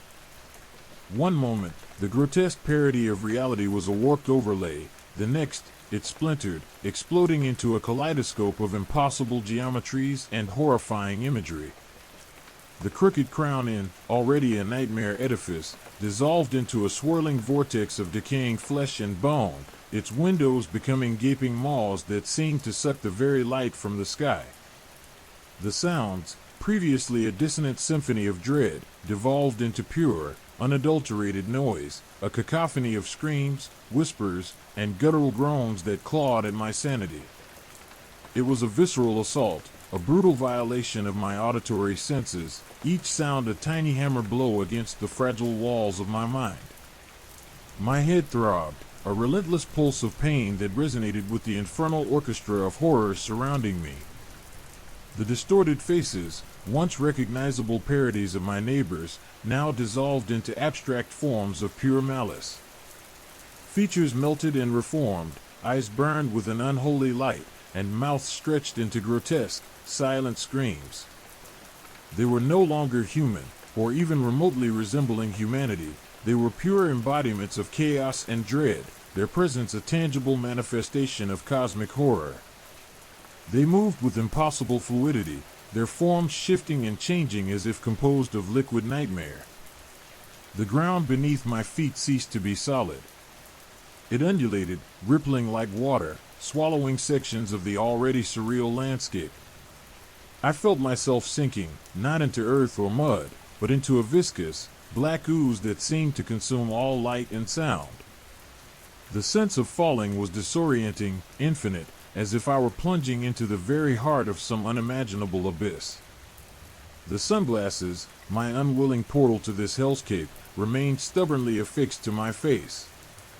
I tugged at them, clawed at them, but my muscles remained unresponsive, paralyzed by some unseen force.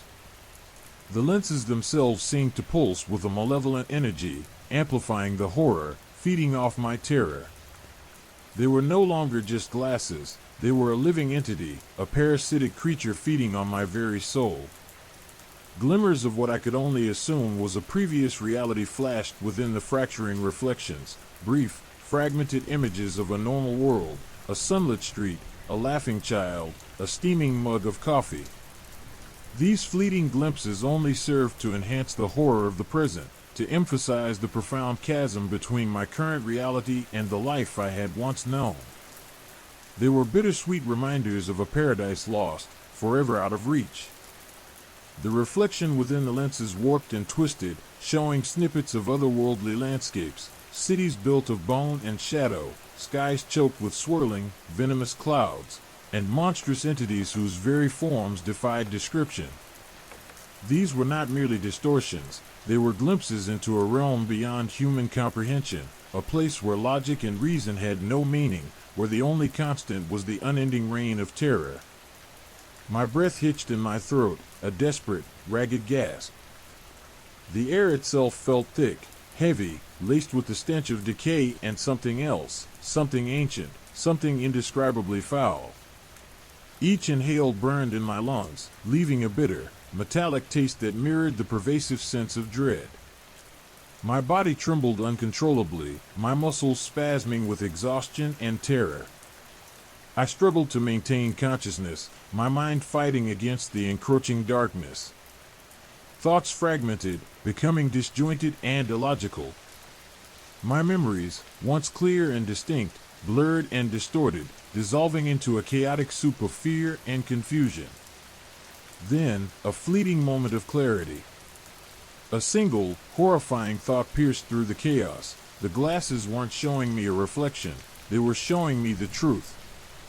The warped reality, the dissolving landscape, the monstrous creatures, these weren't illusions. This was the true nature of existence, a grotesque parody of the idyllic world I thought I knew. The world I had lived in was just a veneer, a thin veil over the horrifying abyss that now consumed me. The reflection pulsed once more, brighter than ever before finally imploding inwards. The kaleidoscopic chaos coalesced into a single, monstrous image, my own face, twisted and contorted, a grotesque caricature of human features, yet radiating an aura of unspeakable power. Its eyes burned with malevolent glee, devoid of empathy or remorse. It was a reflection not of my fear, but of something ancient and terrible, something that resided within me, waiting for this moment, this release. The grin widened, and then, the final darkness. The world dissolved into nothingness. Not a void, not an absence, but a pure, unadulterated annihilation. All sense of self, of time, of space, evaporated. There was only the endless, suffocating blackness, a crushing weight that pressed down from all sides, erasing every vestige of my being. And yet, a whisper. A faint, almost imperceptible sound, a murmur on the edge of oblivion. It was a voice, yet not a voice as I had known it before, a resonance that vibrated not in my ears, but deep within my very soul. It was a voice of ancient power, a voice of cosmic indifference, a voice that spoke of realities beyond human comprehension. The whisper grew louder, stronger, weaving itself into the fabric of the void, creating patterns of light and shadow within the endless blackness. It spoke of dimensions beyond imagination, of entities whose existence defied human understanding, of a universe ruled not by reason or morality but by an unrelenting, cosmic horror. It was a symphony of dread, a psalm of the apocalypse, an anthem of the void. The whisper, slowly, carefully, began to shape the void.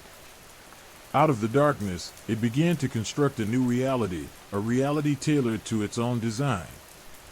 A landscape of jagged peaks of obsidian and pools of viscous, glowing ichor began to form. Mountains and valleys twisted and contorted into impossible shapes, governed by the chaotic logic of nightmare. And as this new world took shape, the whisper coalesced, focusing its power, until a single word emerged, clear and resonant, echoing through the newly formed abyss: welcome. The whisper, a malevolent lullaby, continued its work. The obsidian peaks sharpened, their edges razor-thin, reflecting the malevolent light of the glowing ichor pools. The landscape pulsed with a sickening rhythm, a heartbeat of the abyss. It was a terrifying beauty, a horrific masterpiece sculpted from the very fabric of nightmare. And in the center of this nightmarish landscape, a structure began to rise. It was a tower, impossibly tall and impossibly thin, constructed from a substance that shimmered with an oily, iridescent sheen. It seemed to writhe and twist, as if alive, its surface constantly shifting and reforming. Acceptance, it turned out, wasn't a feeling, it was a void, a hollow space where terror once resided. It wasn't a sudden epiphany, a burst of understanding. It was a slow, chilling descent into a new reality, a quiet resignation in the face of cosmic indifference. The horror was still there, as raw and visceral as ever. The stench of decay, the oppressive weight of the void, the constant threat of unseen entities, none of it diminished. But something shifted within me. The frantic, desperate fight for normalcy, the futile struggle against the inevitable, ceased. There was a profound exhaustion, a weary acceptance of my fate. The whisper, I realized, wasn't trying to scare me anymore. It was simply informing me. It was showing me the truth of existence, a truth far more terrifying than any fleeting horror. It was a truth that stripped away all illusions, all comforting lies, leaving only raw, unfiltered reality, a reality ruled by forces beyond human comprehension, a universe governed by chaos and indifference. The iridescent tower pulsed, its surface rippling like disturbed water. From its peak, a light emanated, a beam of pure, concentrated energy that illuminated the horrifying landscape. The light wasn't warm or comforting, it was cold, piercing, and devoid of any emotion. It was the light of oblivion, the light of absolute annihilation. And yet, I felt oddly calm. Not peaceful, not happy, but a strange, detached stillness. My fear, it seemed, had been replaced by a chilling fascination. I observed the landscape with detached curiosity, as if I were a scientist studying a particularly unusual specimen. I examined the impossible geometries, the swirling patterns of the ichor, the grotesque forms of the entities that moved across this nightmarish landscape. I marveled at the sheer audacity of creation, the terrifying brilliance of the architecture of nightmare. The entities, previously nameless horrors, began to take on a certain familiarity. Their forms, still monstrous and alien, held a certain symmetry, a disturbing elegance. They moved with a purpose, a coordinated dance of chaos, their movements almost graceful in their horrifying efficiency. They were the inhabitants of this realm, the citizens of the void, and they moved through their world with a quiet confidence, a stark contrast to my own disorientation and fear. The whisper continued, weaving itself into the fabric of reality, shaping the landscape, sculpting the nightmares.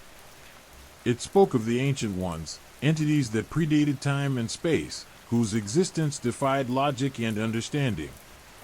It spoke of dimensions beyond human comprehension, of realities that existed simultaneously, overlapping and intertwined. It spoke of a universe that was both terrifying and beautiful, both chaotic and elegantly structured. I looked towards the tower. It pulsed once more, brighter this time.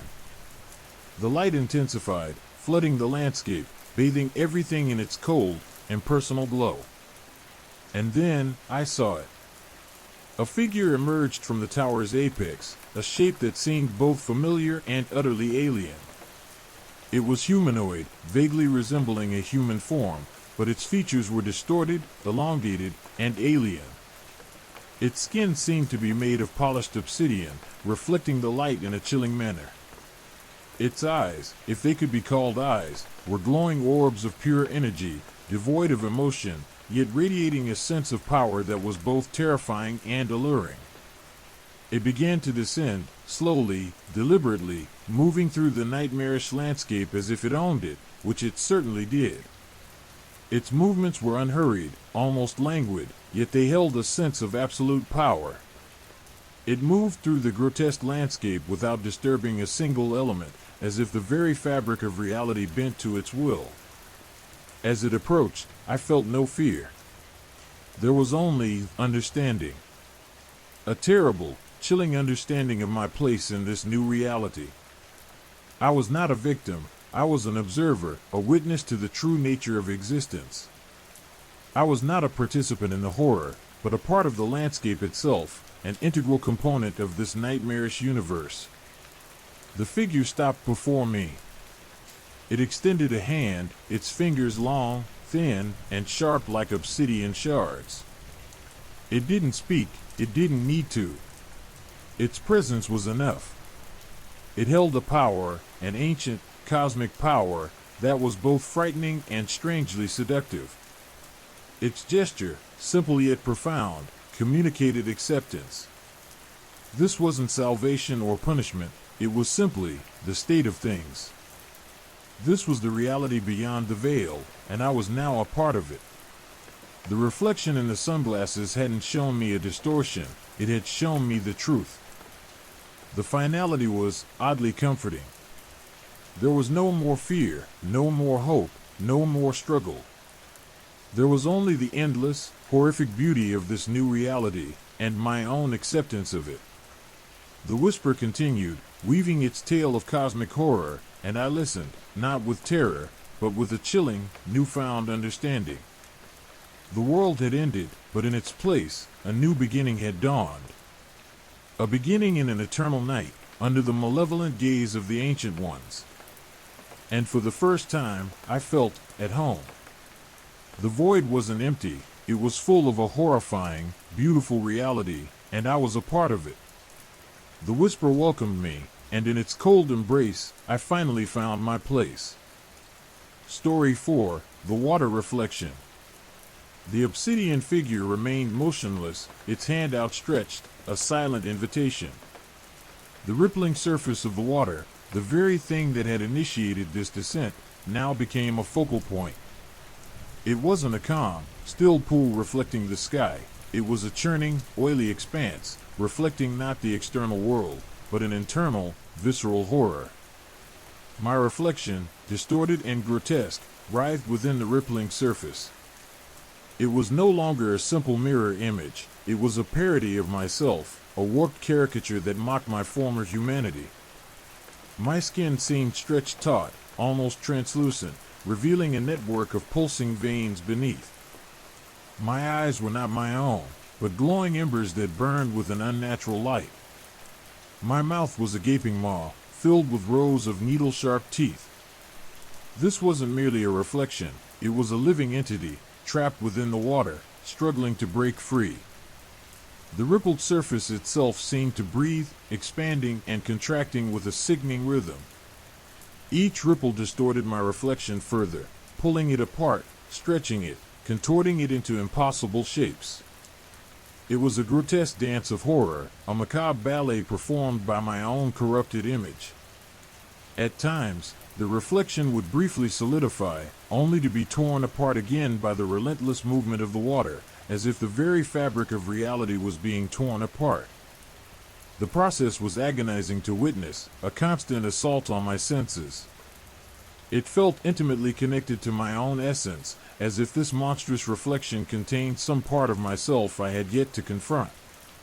The water itself seemed sentient, aware of my gaze. The ripples intensified, growing larger, more violent, as if the water were responding to my horrified observation.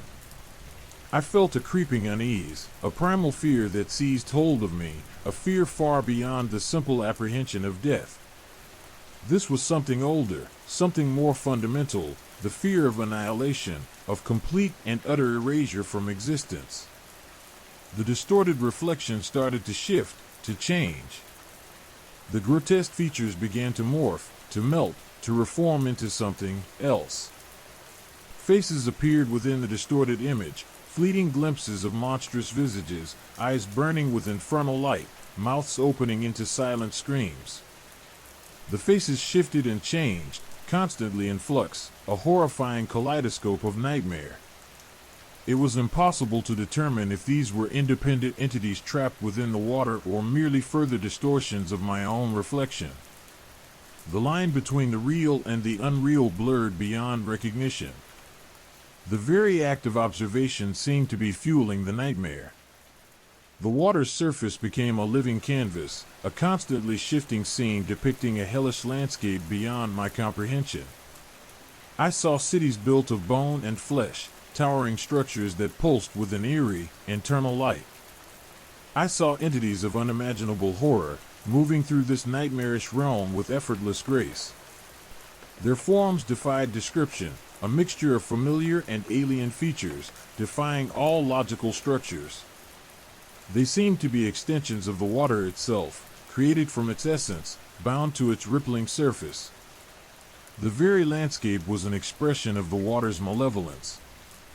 The whisper, the voice that had guided me through the previous horrors, became louder, more insistent, weaving its way into the distorted reflections. It spoke not of fear or dread, but of acceptance, of surrender. It spoke of the unity of all things, the merging of the individual into the collective consciousness of the cosmos, of the horror and beauty of existence intertwined. It was a message of profound horror and chilling inevitability. My reflection continued its transformation, shedding its human form, becoming something else entirely. The grotesque features melted away, replaced by a being of pure energy, a swirling vortex of light and shadow. The water's surface became calmer, its ripples diminishing, its distorted reflection becoming clearer. But it wasn't a clearer reflection of me, it was a reflection of something ancient, something primal, something far beyond human understanding. The being within the water extended a tentacle of light, reaching out towards me. It pulsed with an alluring, deadly energy. It wasn't a gesture of hostility, but one of invitation, a beckoning to the abyss. My own reflection, now a part of this being, smiled a smile that was both cruel and strangely merciful. It pulsed with an energy that mirrored the ancient being's own light. The obsidian figure, previously so imposing, seemed to recede, becoming less important. The primary focus shifted to the water, to the being it contained, to the horrifying truth it reflected. I wasn't just observing, I was becoming a part of it, becoming a reflection of the being's own essence. As the tentacle of light neared, I felt not fear, but a terrifying sense of homecoming, a chilling embrace that erased all sense of individual identity. The whisper was not a whisper anymore, but a roar, a symphony of cosmic horror that consumed me entirely. The reality fractured, splitting into 1,000 different reflections, all merging into one. The water mirrored the abyss, and I was drowning in the horrifying beauty of it all. There was no escape, there was only acceptance. The reflection had shown me the truth, and the truth was a horrifying, terrifying, and strangely beautiful eternity. The rippled surface, once a source of unsettling distortion, now became a mirror of my own annihilation, a reflection of the inevitable union with the infinite horror. And in this union, in this utter obliteration of self, there was a perverse kind of peace, a terrifying stillness in the face of cosmic indifference.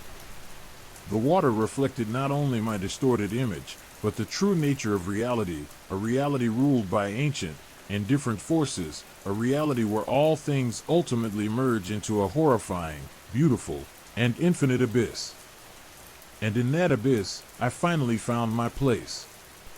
The ripple extended, consuming all, leaving only the reflection of a nightmare. And that nightmare was me. The tentacle of light, impossibly slender yet impossibly strong, brushed against my skin, a sensation not of touch but of becoming. It wasn't a painful contact, but a profound, unsettling absorption, a merging of essences. My body, once a vessel of individual consciousness, began to dissolve, to unravel at the seams, its boundaries blurring into the surrounding water.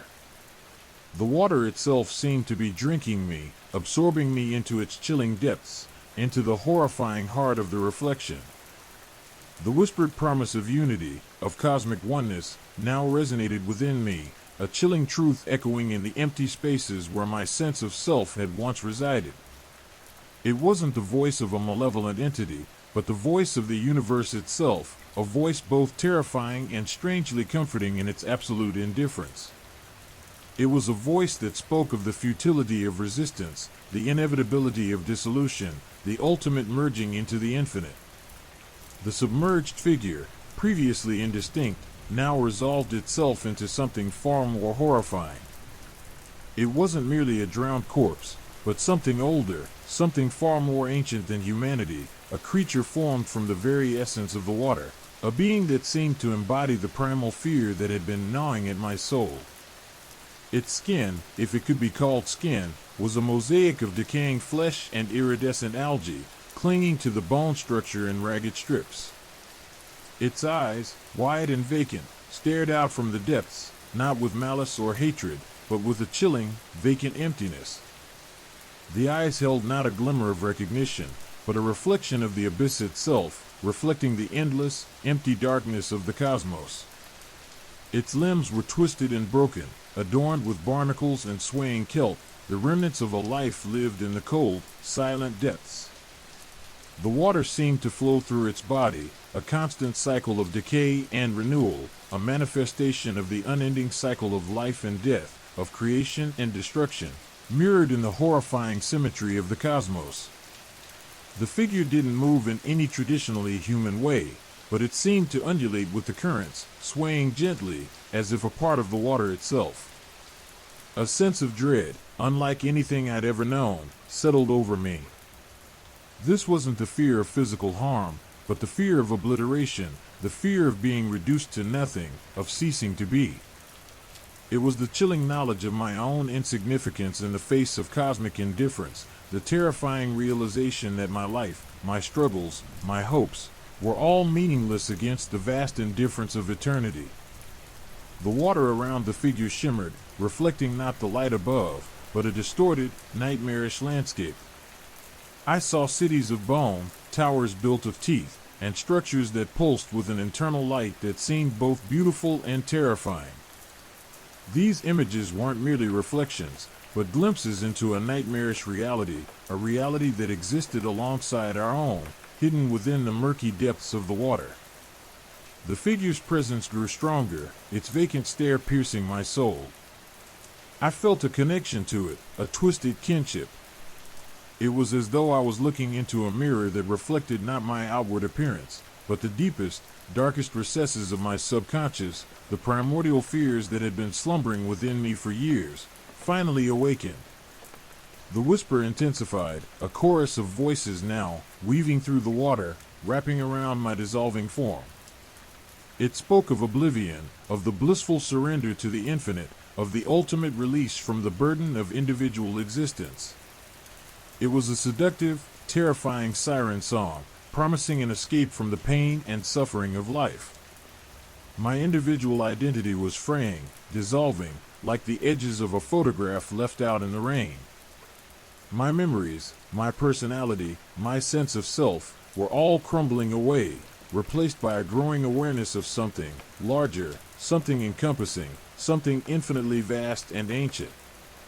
The figure reached out a decaying hand, not in hostility, but in invitation. It beckoned me towards the depths, towards a union with the infinite, a merging with the primordial ooze of existence. And as I looked into its vacant eyes, I saw not horror, but a chilling, profound acceptance. The water reflected that acceptance back at me, a silent echo of my own surrender. The reflection in the water wasn't just my reflection anymore.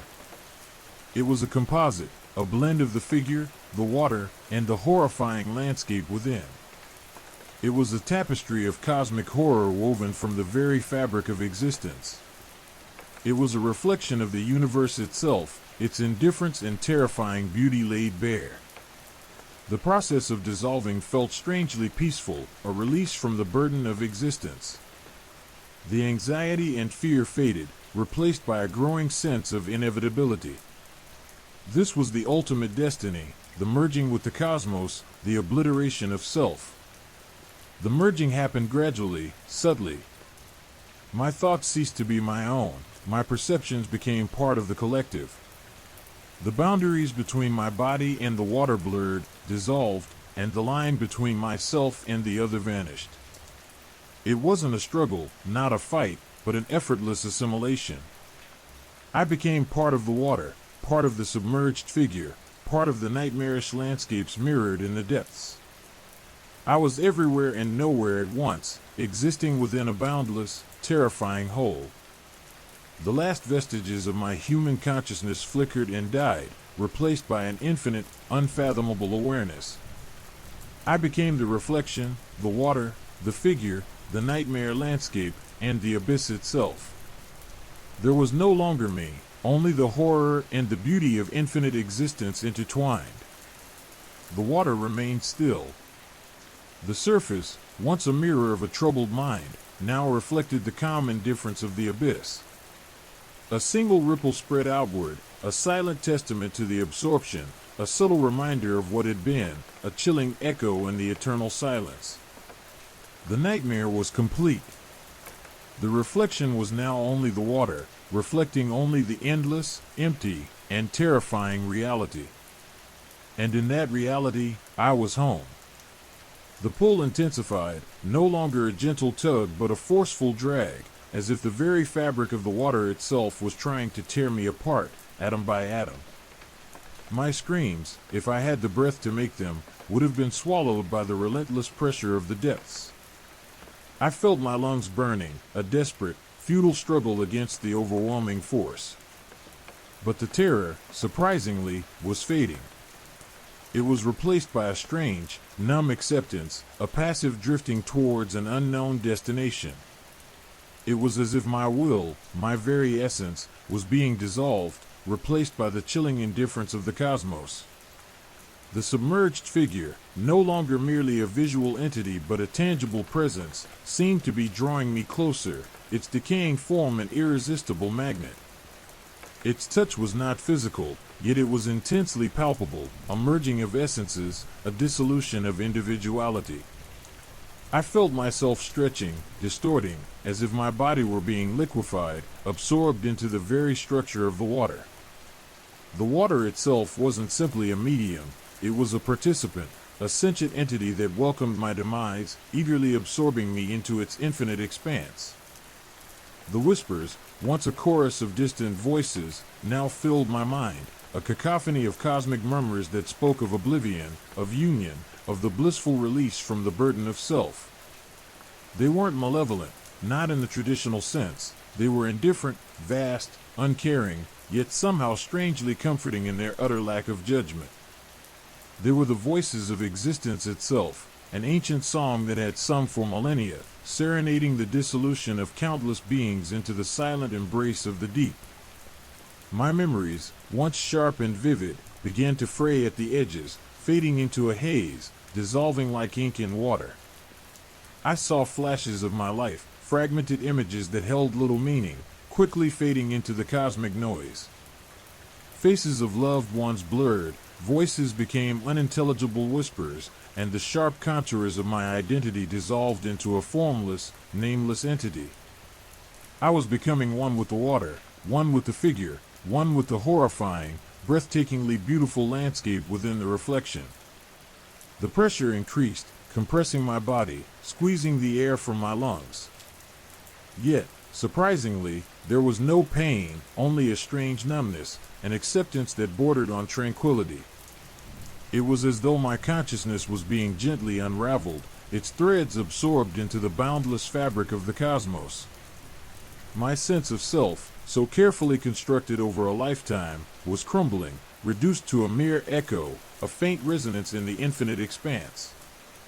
I could feel the submerged figure's presence all around me, not as a threat, but as an embrace. Its form was no longer distinct, it had become indistinguishable from the water itself, a part of the vast, flowing entity that was both horrifying and mesmerizing. I was being absorbed into this entity, becoming a part of its ancient, ageless being, a drop merging into the boundless ocean. The nightmarish landscape mirrored in the depths became more real, more tangible, more terrifying. Cities of bone, impossibly tall and intricately detailed, loomed on the horizon, their structures seemingly alive with a pulsating, inner light that hinted at an unimaginable power, a horrifying beauty that transcended human comprehension. I felt a sense of belonging, a perverse sense of homecoming as I drifted towards this impossible, alien world. As I neared the submerged figure, I could perceive more clearly its form, its details, its essence. It was not merely a decaying body, but a manifestation of the water itself, a creature formed from the primordial soup of existence, older than humanity, older than time itself. Its essence was the very embodiment of the silent, deep, uncaring cosmos. It held no malice, no hatred, only the indifference of an ancient, ageless being, indifferent to the existence or non-existence of a petty creature like myself. The whispers intensified, weaving a hypnotic tapestry of sound and sensation around me, drawing me into their abyssal depths. They spoke not of pain or suffering, but of unity, of oneness, of the blissful surrender to the infinite.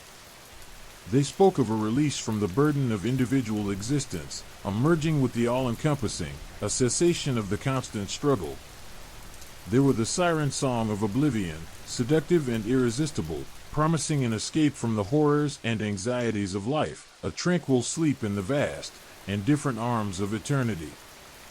The final vestiges of my human consciousness were fading, dissolving into the all-encompassing awareness of the water, the figure, and the cosmos.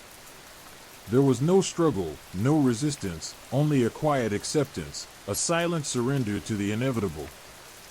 I was no longer a separate entity, but a part of the infinite whole, integrated into the fabric of existence itself. My fear, my sadness, my hopes, my regrets all were dissolving, melting away like snowflakes on a warm hand. The process of merging was not painful, but strangely peaceful, a release from the constraints of individuality, a freeing from the burden of self. It was as if I were falling into a profound and eternal sleep, a slumber without dreams, without nightmares, without anxieties. It was the ultimate acceptance, the ultimate surrender. I ceased to exist as an individual. My consciousness dissolved, blending seamlessly with the water, the figure, the nightmarish landscape reflected in the depths.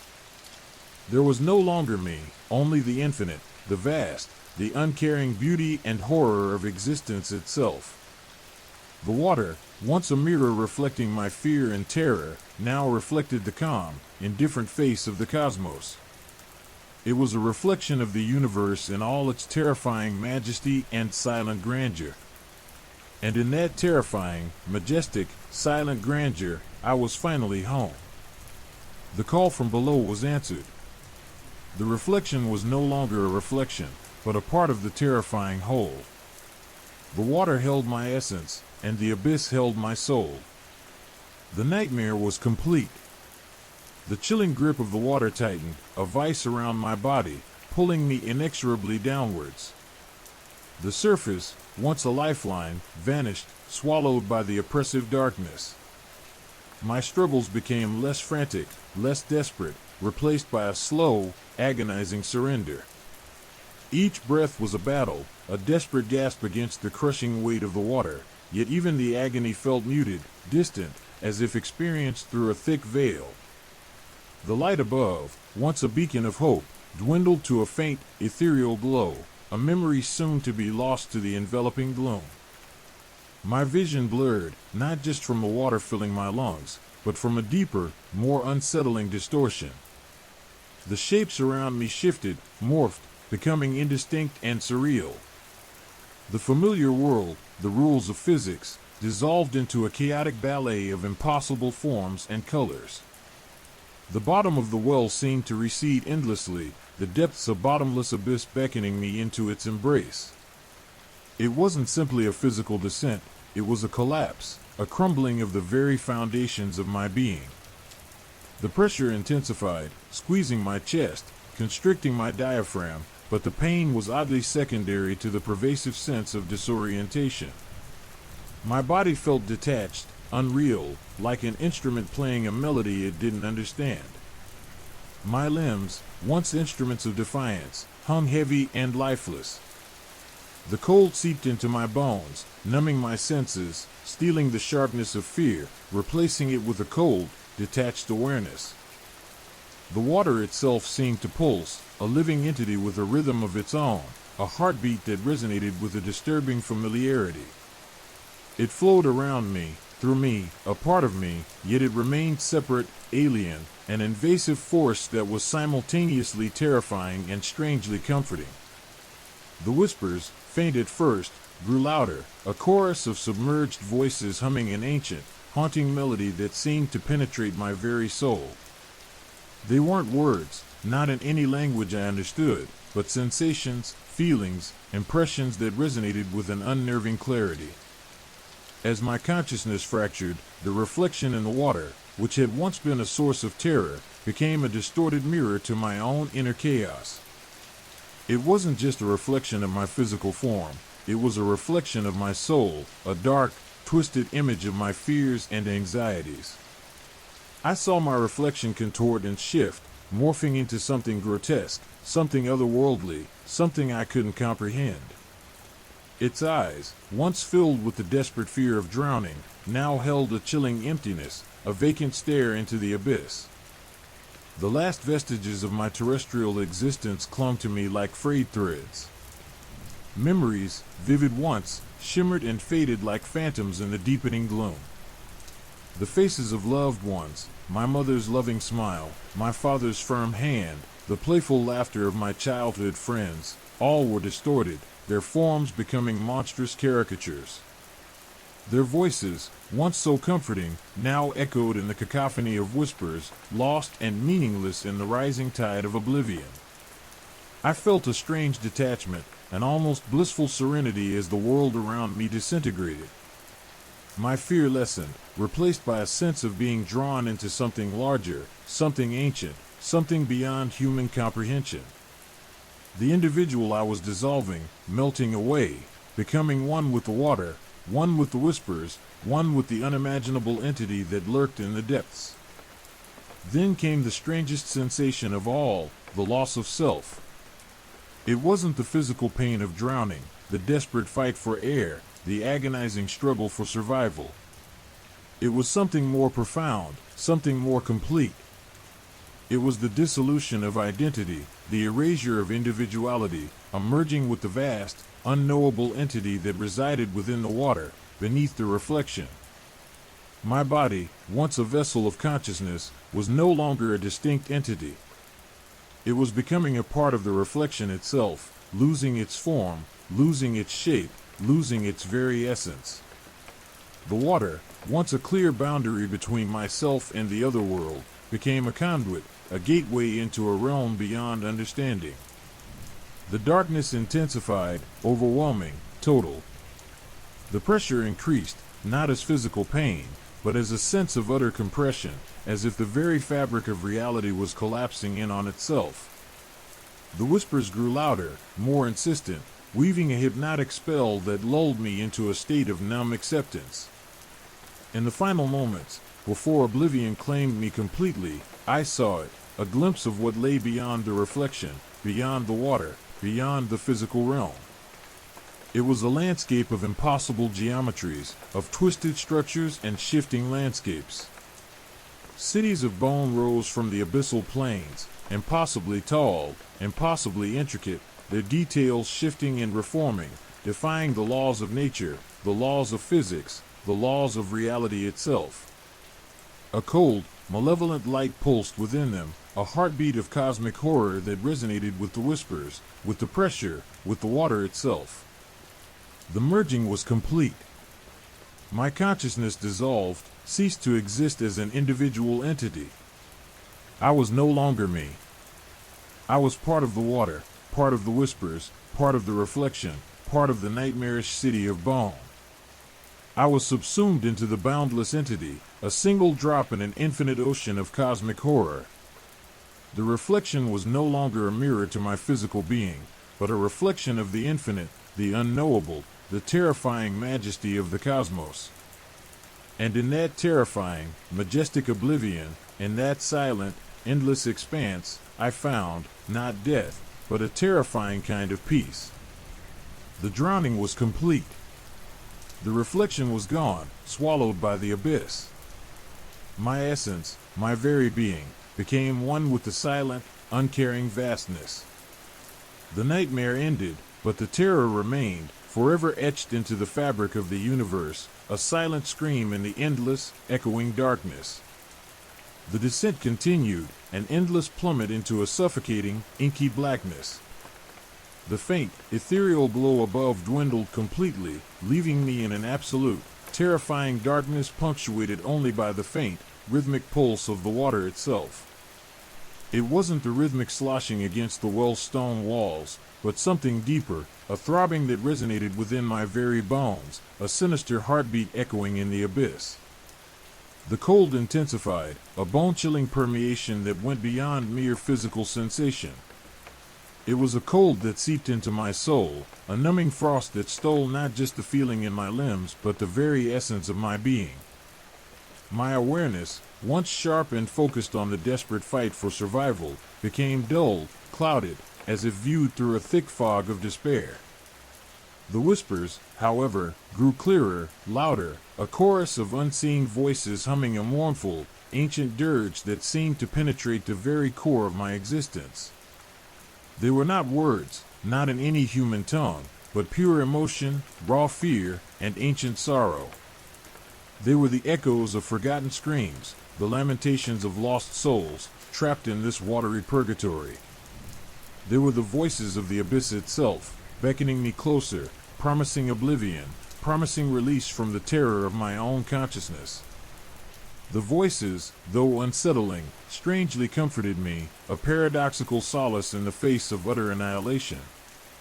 The water, no longer just water, felt like a sentient entity, a living being that enveloped me, consumed me, flowed through me, claiming me as its own. It was a viscous, sentient darkness that clung to me, shaping me, molding me to its will. My body, my form, seemed to dissolve, to become less distinct, less concrete, as if the very boundaries of my physical self were eroding, blurring, disappearing. And then I saw it. Not just a reflection, but a revelation. The water, beneath the surface, did not reflect the sky, nor the world above. It reflected the deepest, darkest recesses of my own mind, a mirror to my subconscious.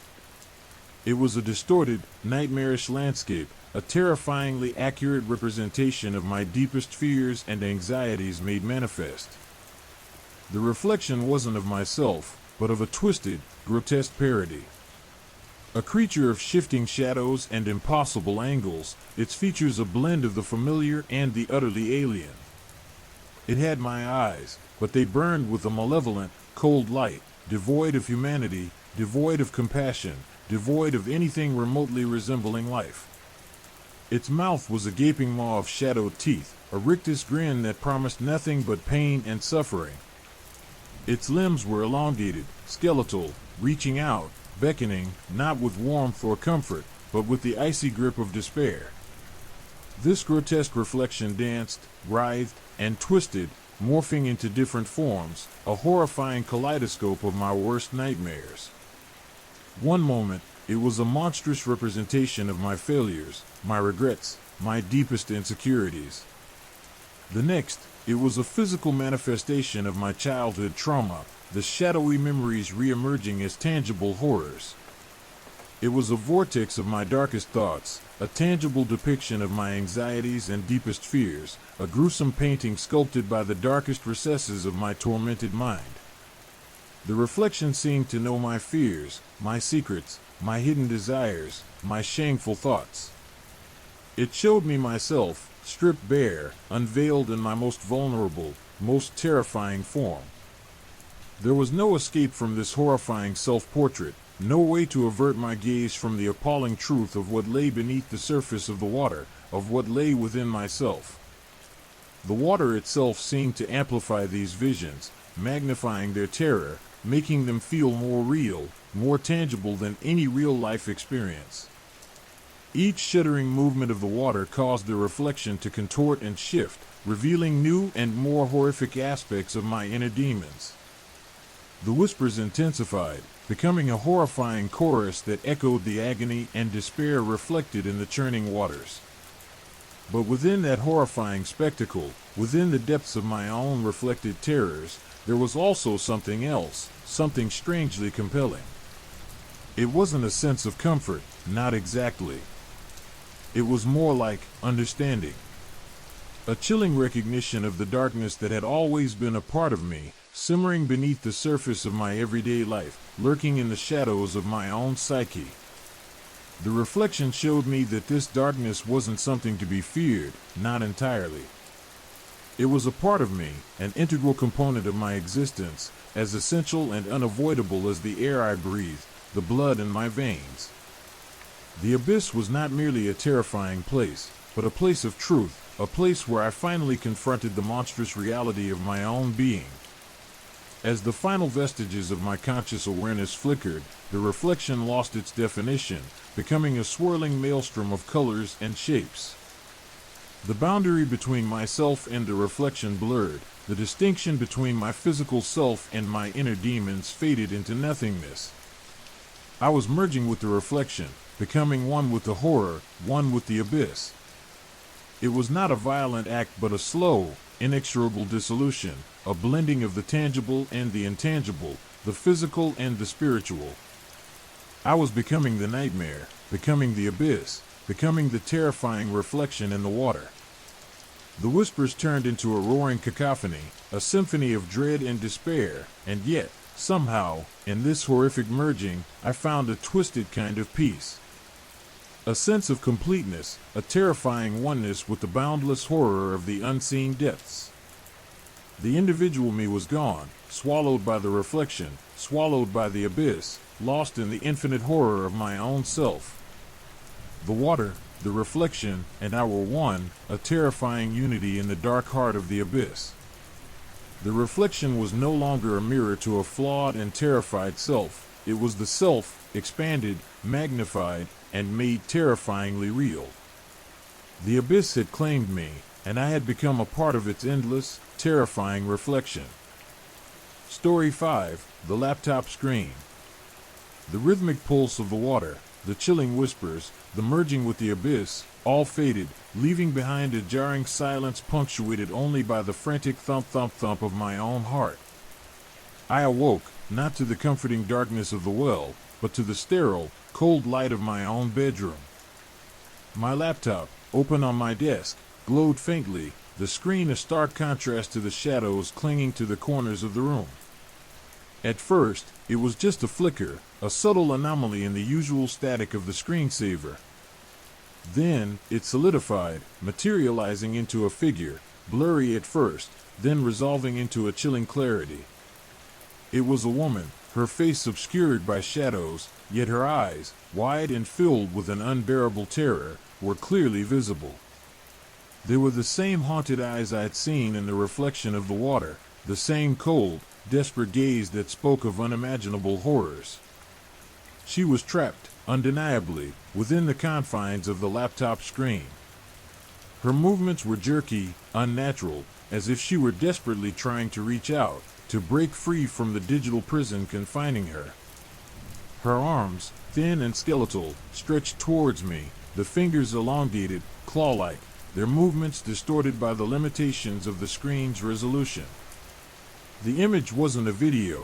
It was more like a still photograph animated by an unseen force, an uncanny glitch in the fabric of reality. Fear, raw and visceral, clawed at my throat. This wasn't some elaborate prank. This was something else entirely, something deeply, profoundly unsettling. The woman's expression, a mixture of anguish and desperate pleading, was etched into my memory with the intensity of a branding iron. It wasn't just the visual, there was an underlying sense of dread, a palpable chill that emanated from the screen itself. The air around the laptop grew colder, the room seeming to shrink around me, constricting, suffocating. I tried to close the laptop, to shut down the horrifying vision, but my fingers felt numb, unresponsive. It was as if an unseen force held me captive, forcing me to witness this unspeakable torment. The woman's eyes followed my every movement, her gaze unwavering, her desperation intensifying with each passing second. She wasn't merely trapped, she was communicating, pleading for help, for release. The message was silent, yet utterly clear, conveyed not through words but through the sheer, overwhelming terror in her eyes. The screen began to glitch, the image flickering and distorting, the woman's form warping and twisting into impossible shapes.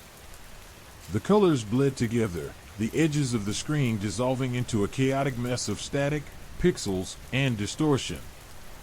Yet, even amidst the chaos, her eyes remained fixed on mine, unwavering, persistent. The chill intensified, and I felt a prickling sensation on my skin, as if countless unseen eyes were watching me, judging me. I tried again to close the laptop, but my muscles refused to cooperate. I felt a strange paralysis, a sense of helplessness as the digital nightmare unfolded before me. The room pulsed with a low hum, a resonant thrumming that vibrated through my bones, amplifying the terror in my heart. The air grew heavy, suffocating, as if the very atmosphere itself was complicit in the torment. The glitches intensified, the image dissolving into a swirling vortex of colors and shadows. For a moment, the vortex seemed to stretch beyond the screen, reaching out, engulfing me in its swirling chaos. Then, as suddenly as it began, it stopped. The screen went black. The silence that followed was even more terrifying than the digital horror. The room felt empty, yet somehow, the presence of the woman remained, lingering in the air like a phantom smell. I stared at the blank screen, my heart pounding in my chest, my breath catching in my throat. The cold lingered, an icy grip that refused to release its hold. I tried to rationalize it. A virus, a glitch, a particularly elaborate prank. But deep down, a chilling certainty took root. This wasn't a technical malfunction. This was something else entirely, something that transcended the boundaries of the physical world, something that connected the digital realm to something far more sinister. The laptop remained closed, but the image, the eyes of that trapped woman, burned themselves into my mind. I couldn't shake the feeling of being watched, of being judged. The cold persisted, seeping into my bones, a constant reminder of the unseen horror lurking just beyond the veil of reality. I felt the chilling certainty that I was not alone. The digital haunting had just begun. The next day, I tried to find answers, to understand what I had witnessed. I searched online, poring over forums dedicated to unexplained phenomena and technological glitches, desperate for a rational explanation. I found threads that resonated with my experience, stories of similar digital hauntings, of figures trapped within screens, pleading for help from the other side. Some dismissed it as mass hysteria, others as elaborate hoaxes, but the chilling similarities were undeniable. The consensus among some users pointed towards a newly discovered phenomenon, a glitch in the digital fabric of reality. Some spoke of a digital purgatory, a place where lost souls or digital entities are trapped, their consciousness confined to the pixels of a screen. The longer I delved into these online communities, the more convinced I became that my experience was real, that I had been witness to a glimpse of something profoundly unsettling, a terrifying reflection of a world hidden just beneath the surface of our digital reality. Sleep became a torturous torment, my dreams filled with fragmented images of the woman's desperate eyes, her skeletal fingers reaching out from the screen. Even when awake, I felt a constant unease, a lurking sense of dread that never fully subsided. The cold persisted, an unnatural chill that seemed to follow me everywhere. Days turned into weeks. I tried to avoid the laptop, to banish the image from my mind, but it was no use. The woman's eyes haunted me, a constant, unwavering reminder of the unsettling encounter.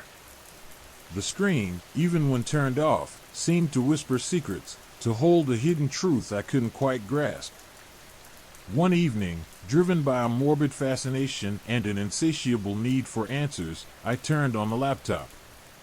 The screen flickered to life, displaying the familiar static of the screensaver. I held my breath, anticipating the return of the haunting image, prepared this time to somehow confront it, to understand it. Then, instead of the woman, a different image slowly materialized. It was a single line of text, stark and chilling: "Find the reflection." The implication hung heavy in the air, a chilling echo of the previous night's terrifying experience. The reflection in the water, the reflection on the laptop screen, were they related? Was this a message, a clue, a guide toward something even more terrifying? The feeling of being watched, the cold, the underlying sense of dread all intensified, wrapping me in a suffocating blanket of fear. The message vanished as quickly as it appeared, leaving behind only the static and the cold dread that had become my constant companion. I closed the laptop, the screen's darkness offering no respite from the chilling reality of what I knew lay waiting, hidden just beyond the surface of our digital world, connected somehow to the reflection in the well and now, to this ominous cryptic message. The haunting hadn't ended, it had simply evolved, becoming more sinister, more elusive, and ultimately, more terrifying than before. The hunt for the reflection had begun, and I had no idea where it would lead me. The laptop screen remained stubbornly black, the silence amplifying the unsettling hum that resonated deep within my bones. The cryptic message, "Find the reflection," pulsed behind my eyelids, a persistent, unsettling mantra. It was a taunt, a challenge, a chilling invitation into a deeper, darker layer of this digital haunting. My fingers trembled as I reached for the mouse, the cold sweat clinging to my palms a testament to the lingering fear. The rational part of my mind screamed at me to shut down the machine, to erase the memory of that terrifying woman, to sever the connection to whatever sinister entity was manipulating my reality. But a perverse curiosity, a morbid fascination, held me captive. I had to know. I had to understand. I had to find the reflection. The initial search was frantic, a desperate attempt to find some logical explanation, some technical glitch that could account for the ghostly apparition and the cryptic message. I checked for viruses, ran diagnostics, updated drivers, all to no avail. The laptop was clean, functioning perfectly. The haunting remained. Frustration gave way to a chilling acceptance. This was no ordinary technological malfunction. This was something far more profound, something that transcended the limitations of the physical world, something that existed within the blurry boundaries between the digital and the real. I turned to the online communities I had discovered before, the shadowy corners of the internet where users shared their experiences with the unexplained. The forums were a kaleidoscope of theories, ranging from harmless glitches and elaborate hoaxes to chilling accounts of digital entities, paranormal phenomena, and existential horrors. I scrolled through countless threads, each one more unsettling than the last. There were stories of trapped souls, digital ghosts, and malevolent AI, all woven together with a thread of disturbing similarity. Many recounted similar experiences with images and messages appearing on their screens, cryptic codes, distorted faces, and pleas for help echoing in the digital silence. One particularly unnerving thread detailed the experience of a programmer who had discovered a hidden code within a seemingly innocuous piece of software. The code, once activated, opened a portal to a digital realm filled with grotesque entities, their forms shifting and morphing in a constant state of flux. The programmer had described a sense of overwhelming dread, a feeling of being watched, judged, and ultimately threatened by forces beyond human comprehension. His final post was chillingly simple: "They're watching. Don't trust the reflections." Another user had reported a series of unsettling events that started with a corrupted image file. Upon viewing it, they experienced a sudden and severe drop in temperature, accompanied by a sense of overwhelming dread and visual distortions. The image, initially a normal photo, began to morph and shift into unsettling, surreal landscapes. In the image's final transformation, a single word emerged from the digital chaos: reflect. The more I read, the more certain I became that the cryptic message on my laptop screen wasn't a random occurrence. It was a clue, a breadcrumb leading me down a rabbit hole of digital horror. The reflection in the well, the reflection on the laptop screen, were somehow connected. But how? The obsession consumed me. Sleep became a luxury I couldn't afford, my dreams a twisted reflection of the online horrors I'd encountered. The woman's face, distorted and haunting, appeared in every nightmare, her desperate eyes pleading for a release I couldn't provide. The cold persisted, a constant companion, seeping into my bones, a chilling reminder of the unseen presence. I revisited the location of the well, drawn by an irresistible compulsion. The sun cast long shadows, the atmosphere heavy with a lingering sense of dread. The water was still and placid, mirroring the bleak sky above. This time, I didn't see the woman's reflection. But as I peered into the depths, I noticed something else, something that had been there all along, obscured by the initial terror. Etched into the well's stonework, barely visible beneath layers of grime and moss, was a series of symbols.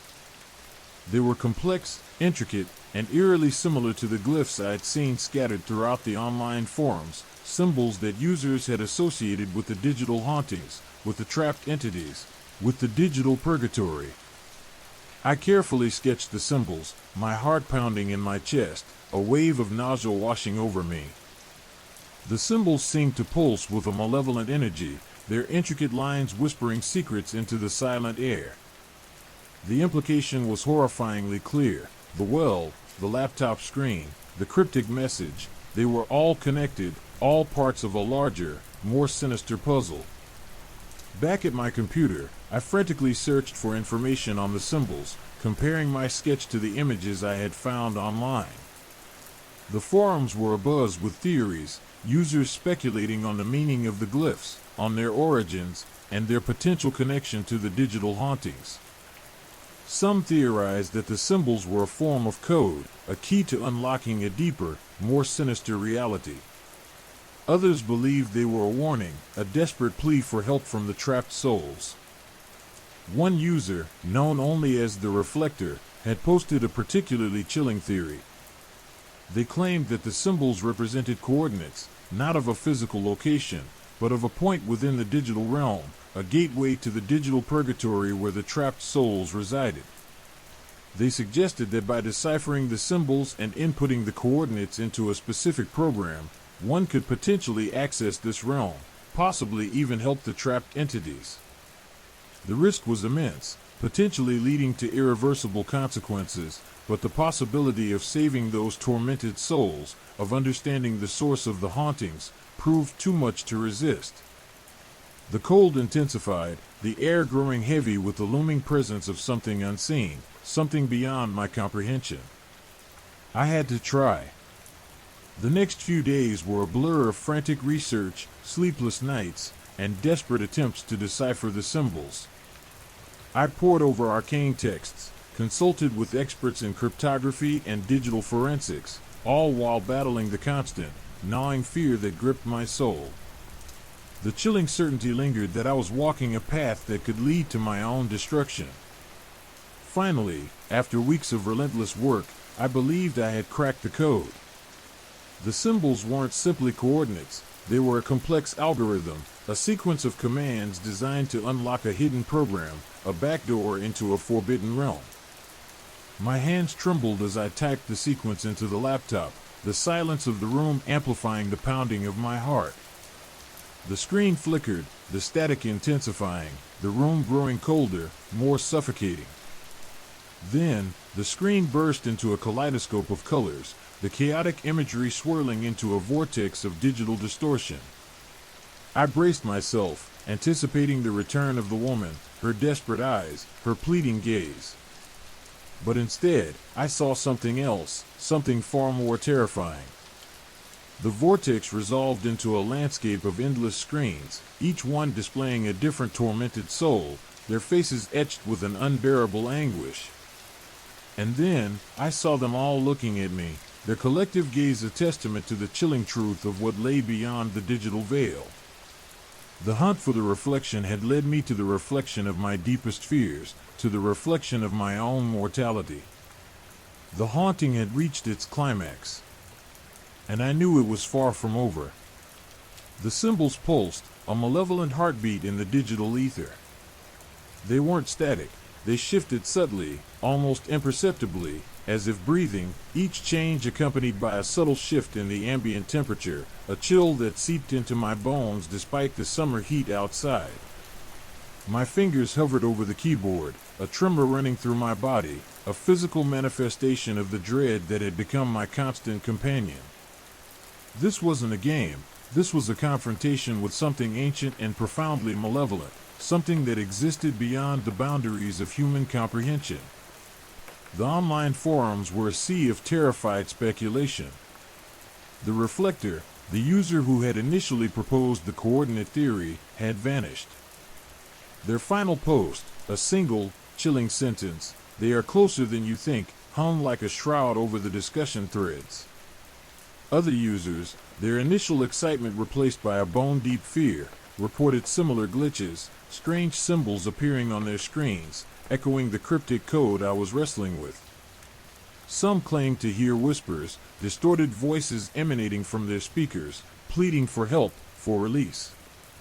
Others spoke of sleep paralysis, nightmarish visions of the digital purgatory, a realm of unending screens and tormented souls. The collective fear was palpable, a virtual miasma of dread that seeped into my consciousness. Sleep had become a distant memory, replaced by a relentless cycle of research and fear. The lines between reality and the digital world blurred, the laptop screen a portal to a nightmarish reality. The woman's face, a distorted reflection of unimaginable anguish, haunted my waking moments, appearing as a fleeting image in the peripheral vision, a phantom in the digital dust. The chilling realization dawned on me that this wasn't just a technical glitch, it was an invasion, a breach in the fabric of reality itself. Days bled into weeks. The algorithm, a labyrinth of cryptic symbols and complex equations, resisted my every attempt at deciphering it. I sought assistance from experts, cryptographers, digital forensics specialists, even a few eccentric academics specializing in arcane symbology, but each encounter ended in frustration and a growing sense of unease. Their expertise, their sophisticated tools, proved useless against the ancient power behind the digital code. They sensed something profoundly wrong, something that went beyond the technical and into the realm of the truly unsettling. Whispers of ancient digital entities, of forgotten technologies, crept into their explanations, leaving me more unnerved than reassured. One particularly chilling encounter involved Dr. Eris Thorne, a specialist in digital anomalies. He was a man haunted by his own experiences with the digital realm, his eyes holding a deep-seated fear that mirrored my own. He explained how some anomalies existed outside the realm of standard technical failures. He spoke of digital entities, powerful and unseen, capable of manipulating reality through the very technology meant to connect us.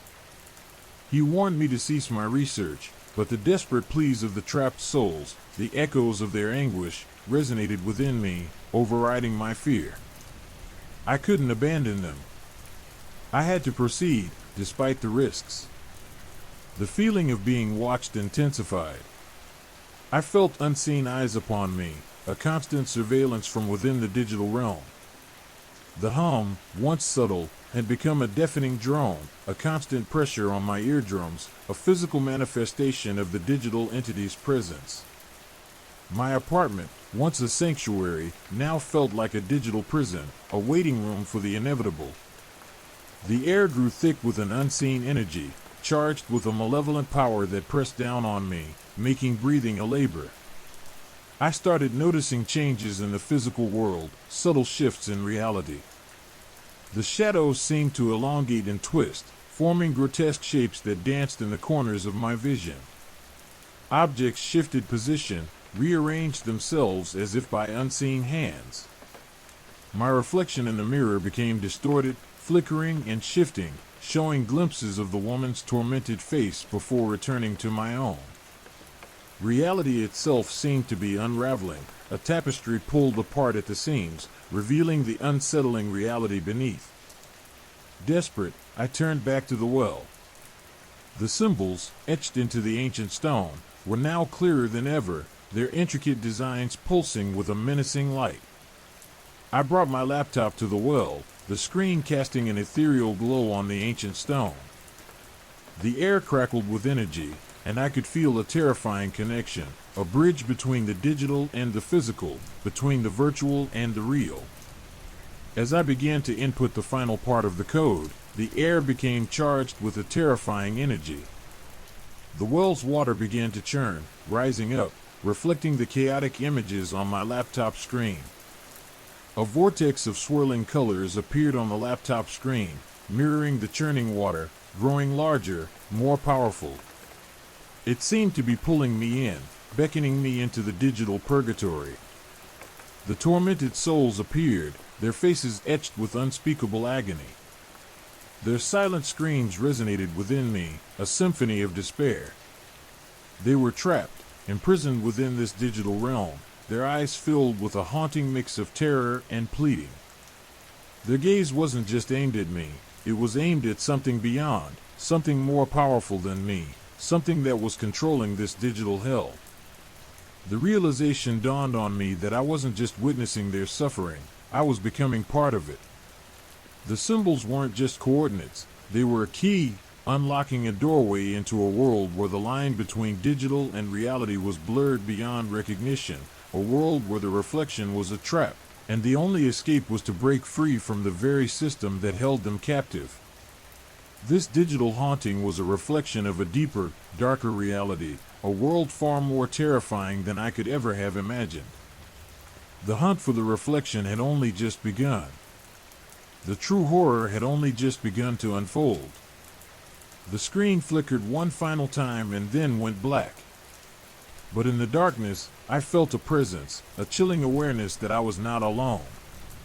The reflection had found me, and now the hunt was on. The black screen mocked me, a void mirroring the emptiness that had begun to consume me. The trapped woman's face, her silent scream echoing in the digital ether, burned itself into my retinas. I couldn't abandon her, I couldn't abandon them.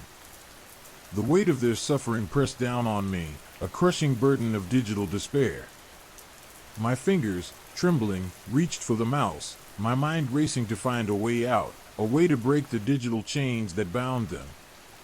I revisited the online forums, the ghostly remnants of Reflector's final message still haunting the threads.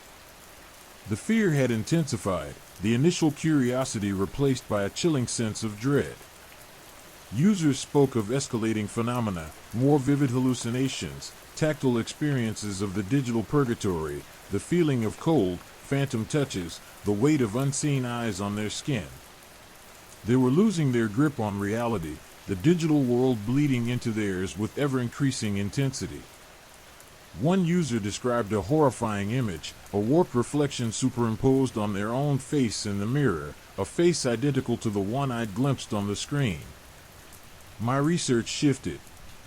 I moved beyond the original code, exploring the underlying architecture, searching for vulnerabilities, for backdoors, for any weakness in the system. I pored over arcane texts, delving into ancient mythologies, searching for any reference to entities that existed within the digital realm, entities that could manipulate and control reality through technology. I uncovered tales of digital jinn, ancient beings trapped within the nascent technologies of forgotten civilizations, beings whose power surpassed human comprehension. Days turned into sleepless nights fueled by caffeine and desperation. The hum persisted, a deafening drone that vibrated through my bones, amplifying the growing sense of unease. The shadows in my apartment grew more grotesque, the movements more deliberate, more menacing. My reflection in the mirror became increasingly fractured, a mosaic of my own face interwoven with glimpses of the woman's tortured visage. I could feel the pressure of the digital entity, its malevolent energy seeping into my physical world, corrupting the fabric of reality. One night, while immersed in my research, a surge of energy coursed through my laptop. The screen flickered to life, displaying a single, swirling symbol, different from the ones I'd encountered before. It pulsed with a malevolent light, pulsating with a life of its own. As I stared, mesmerized, the symbol expanded, spreading across the screen, revealing a fragmented image, a distorted landscape, a digital wasteland filled with towering structures of corrupted code. Within this digital landscape, I saw them, the trapped souls. They weren't merely images, they were present, their pain tangible. I could hear their whispers, their silent screams amplified by the oppressive silence of my apartment. They were not merely trapped, they were tormented. The digital realm had twisted them, warping their forms, their identities. They were prisoners in a digital hell, their suffering immeasurable. A new realization dawned on me. This wasn't a simple rescue mission. The digital entity wasn't merely trapping them, it was feeding off their suffering. The entity was a parasitic entity, growing stronger, more powerful, with each trapped soul.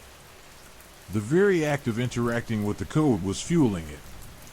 I tried various approaches, disabling firewalls, manipulating system files, attempting to sever the connection between the digital world and the physical one. Each attempt failed, resulting in a surge of malevolent energy that seemed to intensify the suffering of the trapped souls. Their cries grew louder, more desperate. The pressure on my reality increased, the distortions becoming more pronounced, more terrifying. The woman's face appeared more frequently in my peripheral vision, her anguished expression growing increasingly clearer, more personal. Her gaze seemed to bore into me, her silent plea piercing my heart. I was not just observing her plight, I was feeling her pain. We were connected, bound by this digital purgatory. I tried to reach out, to offer solace, to provide some semblance of hope. My words, typed into the digital void, were met with silence, only the echoing screams of the trapped souls punctuating the suffocating stillness. The digital world had become an echo chamber of despair. My physical reality was collapsing. The shadows had taken on a life of their own, their shapes menacing, their movement deliberate. Objects rearranged themselves, books falling from shelves, pictures tumbling from walls. The air grew heavy, thick with a malevolent energy. My reflection in the mirror was gone, replaced entirely by the woman's distorted visage. I was no longer myself. I was a vessel, a conduit for the entity's power. The final realization hit me with the force of a physical blow. This wasn't about rescuing the souls, it was about severing the entity's connection to this world, about destroying it before it consumed everything.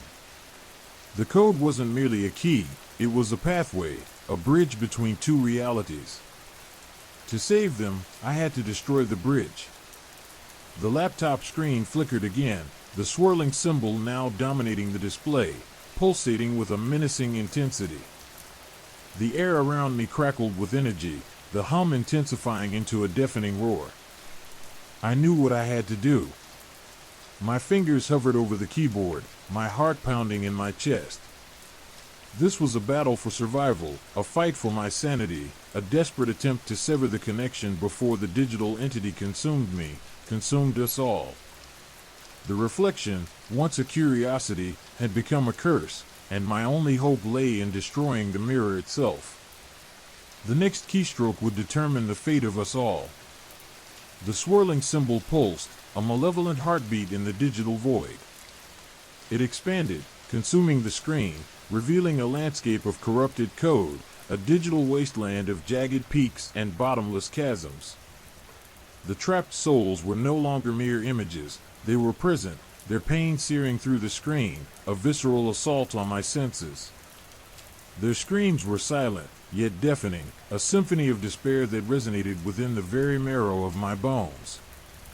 Their forms were twisted parodies of humanity, their features warped, their bodies fragmented, their identities shattered.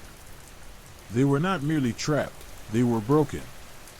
I tried to communicate, to offer words of comfort, but my typed messages disappeared into the digital ether, swallowed by the relentless hum of the corrupted system. Their suffering was not passive, it was active, a palpable energy that fed the entity, fueling its growth, its power. It was a horrifying symbiosis, a grotesque dance of pain and consumption. A chilling realization dawned on me. Escape wasn't an option.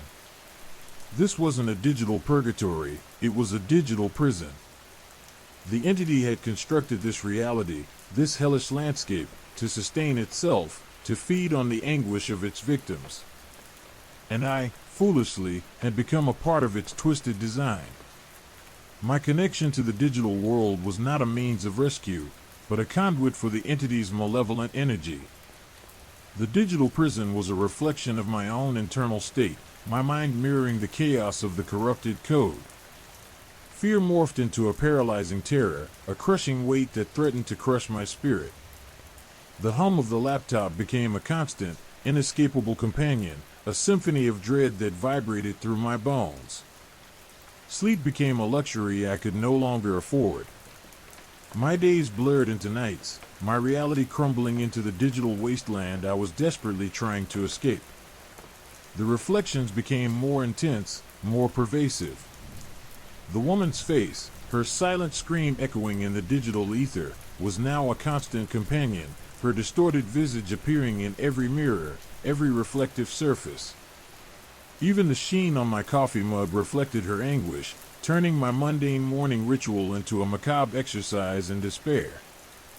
The boundaries between my digital and physical realities had completely dissolved. I began to see them everywhere. In the swirling patterns of the smoke from my cigarette. In the shadows cast by my apartment's flickering lights. In the intricate veins of the leaves on my houseplants. They were everywhere, their silent screams a chorus of despair that echoed in the empty corners of my apartment. The entity's influence intensified. Objects moved on their own, propelled by unseen forces. Books tumbled from shelves, pictures fell from walls, creating a chaotic tableau of disarray. The temperature in my apartment fluctuated wildly, alternating between freezing cold and stifling heat. The air itself felt thick, heavy with the entity's malevolent presence. My own body began to rebel. Sharp pains pierced my limbs, phantom touches haunted my skin. I could feel the digital entity, its cold, alien tendrils reaching out, attempting to consume me, to incorporate me into its grotesque digital tapestry. The line between observer and participant had been irrevocably erased. I tried to disconnect from the laptop, to sever the link, but the entity resisted, its grip tightening.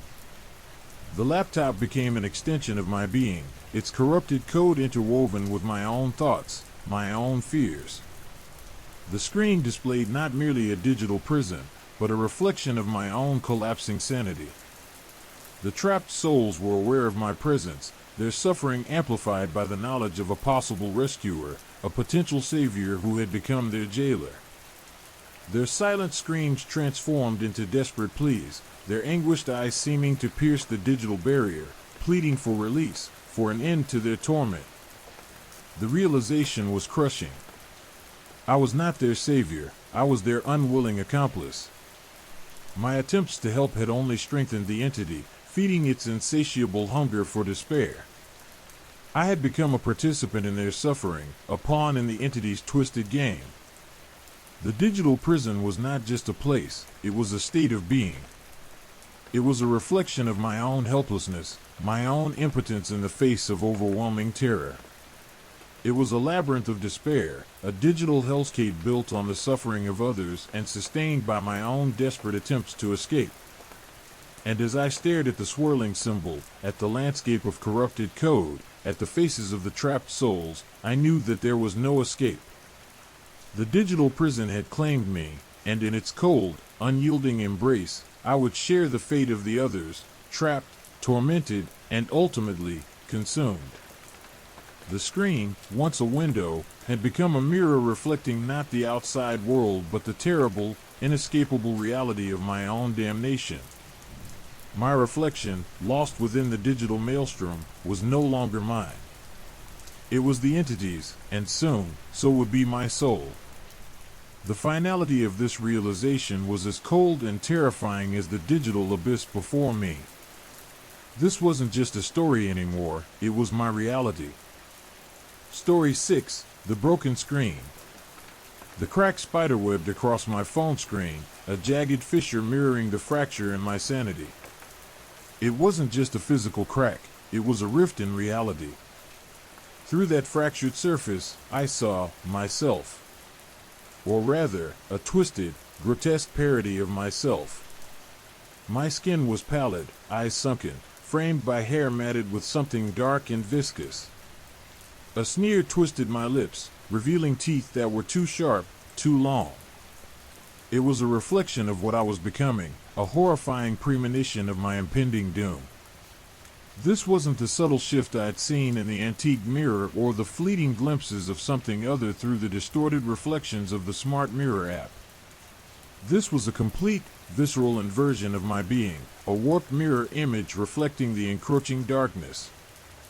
The digital distortion wasn't just visual, it was palpable.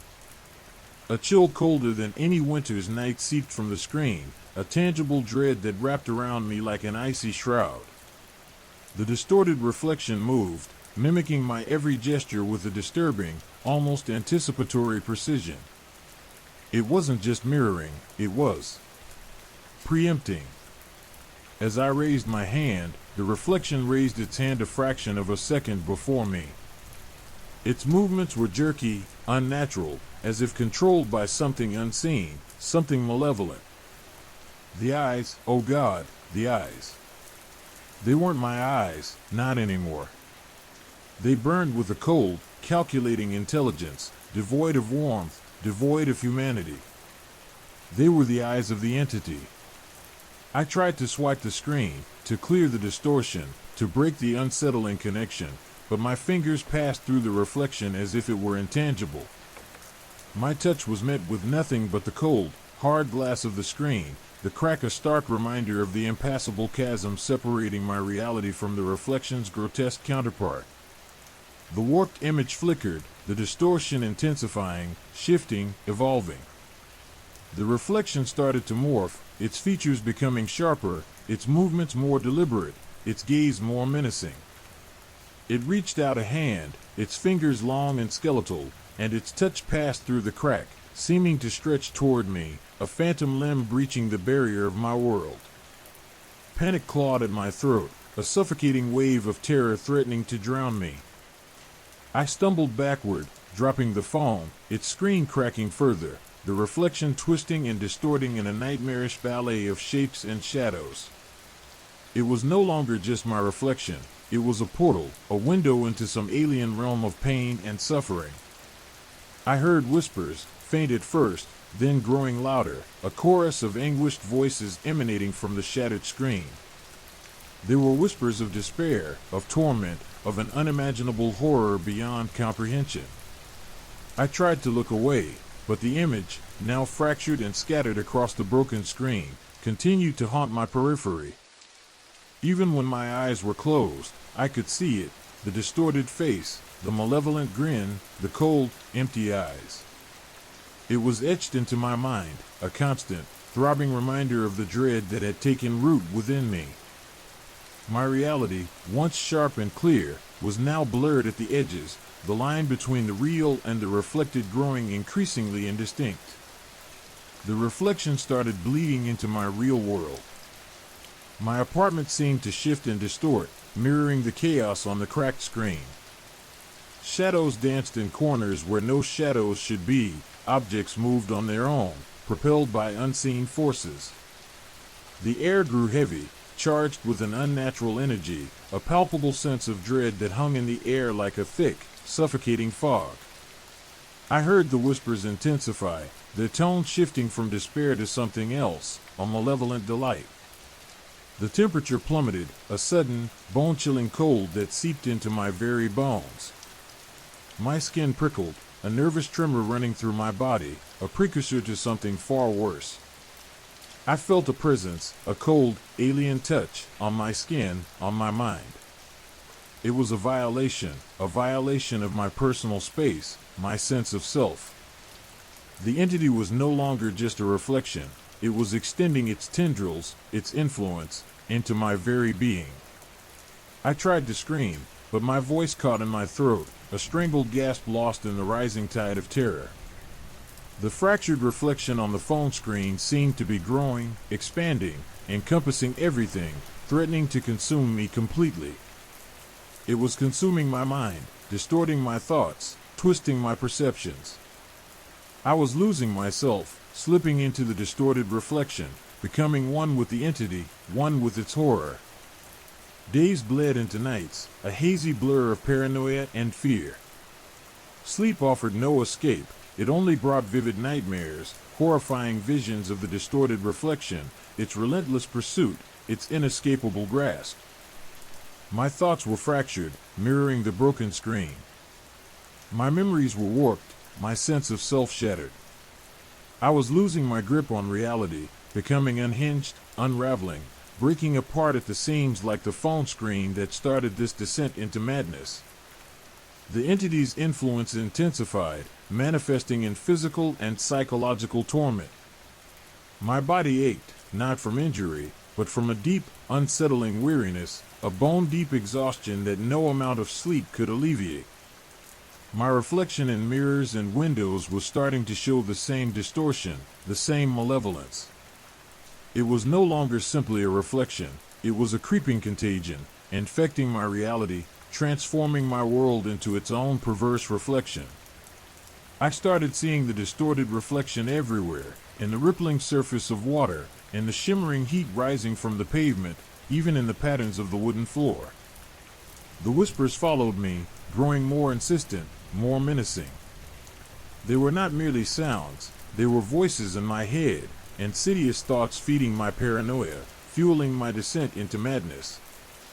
I felt the presence of the entity constantly, a chilling touch on my skin, a relentless pressure in my mind. This wasn't just a reflection, it was a parasitic entity, feeding on my fear, my despair, twisting my soul, slowly but surely consuming me.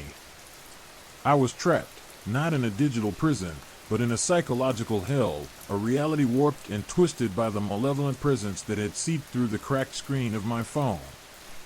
The crack wasn't just on the screen, it was in my mind, in my soul, in my very being. And as I looked at my reflection, now a full-fledged monster, I realized that escape was not merely impossible, but utterly inconceivable. The entity had become a part of me, and I, in turn, had become a part of it. The mirror reflected no longer my reality, but its creation, a monstrous fusion of flesh and code, of horror and despair. The reflection was me, now and forever. And the only solace? The chilling, inescapable knowledge that the crack would never heal. The whispers intensified, no longer a faint chorus, but a cacophony of voices, screeching, hissing, chanting in a language that resonated not in my ears, but in the very marrow of my bones. The fractured reflection on the shattered screen pulsed with an unnatural light, the cracks widening, deepening, transforming into gaping maws that seemed to suck the light from the room. The distorted image began to shift and morph again, no longer resembling a human form, but something else. Something indescribably alien. Something horrifying beyond words. Tendrils of shadow reached out from the screen, writhing, twisting, snaking into my physical space. They were cold, impossibly cold, and they seemed to seek purchase, to latch onto me, to pull me into the screen's fractured reality. I recoiled, but the shadows were relentless, their icy tendrils wrapping around my arms, my legs, constricting my movements, freezing my blood. A searing pain shot through my arm as one of the shadows pierced my skin, leaving a burning, searing wound that pulsed with an alien energy. It wasn't just physical pain, it was a psychic intrusion, a violation of my mind, a tearing of my very being. My thoughts fragmented, my memories dissolving into a chaotic jumble of images, sensations, and emotions that weren't my own. I felt a loss of control, a frightening sense of being overwhelmed, consumed. The scene beyond the screen shifted again, the horrifying landscape now clear, a nightmarish panorama of jagged peaks, crimson skies, and a perpetually twilight landscape. Twisted, grotesque creatures moved across this hellscape, their forms shifting, their movements unnatural. There were reflections of the shadows, distorted copies of the entity that had begun to consume me. They appeared to be made of shadow and light, fluid and grotesque, their essence pure malevolence. Fear turned to a numb paralysis. I was trapped, held prisoner by the entity and its grotesque reflection. The shadows tightened their grip, pulling me toward the screen, toward the otherworldly landscape. The voices became louder, closer, more insistent. They were urging me forward, beckoning me into their realm. I felt my own body changing, morphing. My skin felt cold and slimy, my bones shifting and rearranging themselves. The shadows seemed to be merging with my flesh, altering my very being. My thoughts, already fragmented, were further dissolving into a vortex of alien thoughts, the entity's consciousness bleeding into my own. I could feel its malevolence, its hatred, its desire to consume and destroy. The landscape beyond the screen began to bleed into my own reality. The walls of my apartment dissolved, replaced by the jagged peaks and crimson skies of the otherworld. The air grew thick with an alien energy, a palpable sense of dread that was almost suffocating. The whispers turned to screams, a cacophony of pain and terror that was both external and internal. I struggled against the transformation, trying to hold onto my humanity, my sanity, but the entity's influence was too powerful.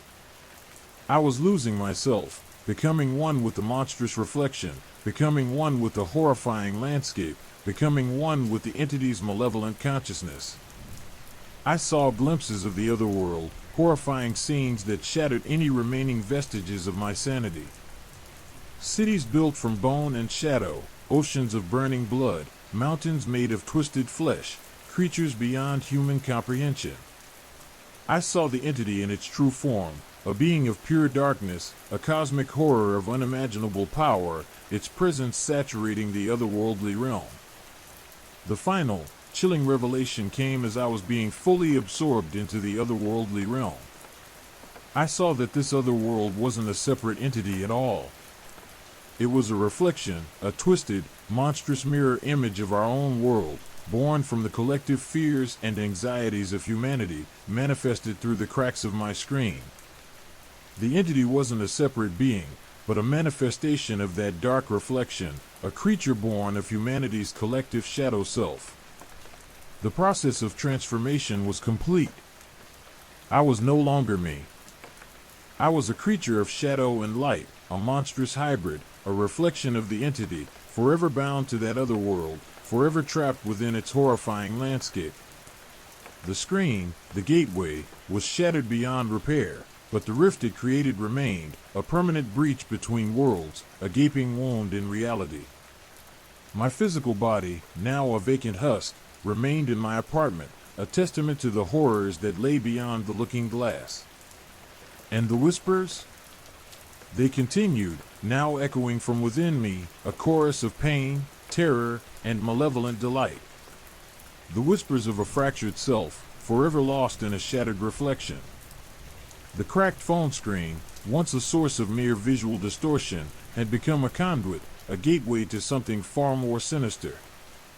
It wasn't merely a technological malfunction, but a tear in the fabric of reality, a breach into the otherworld.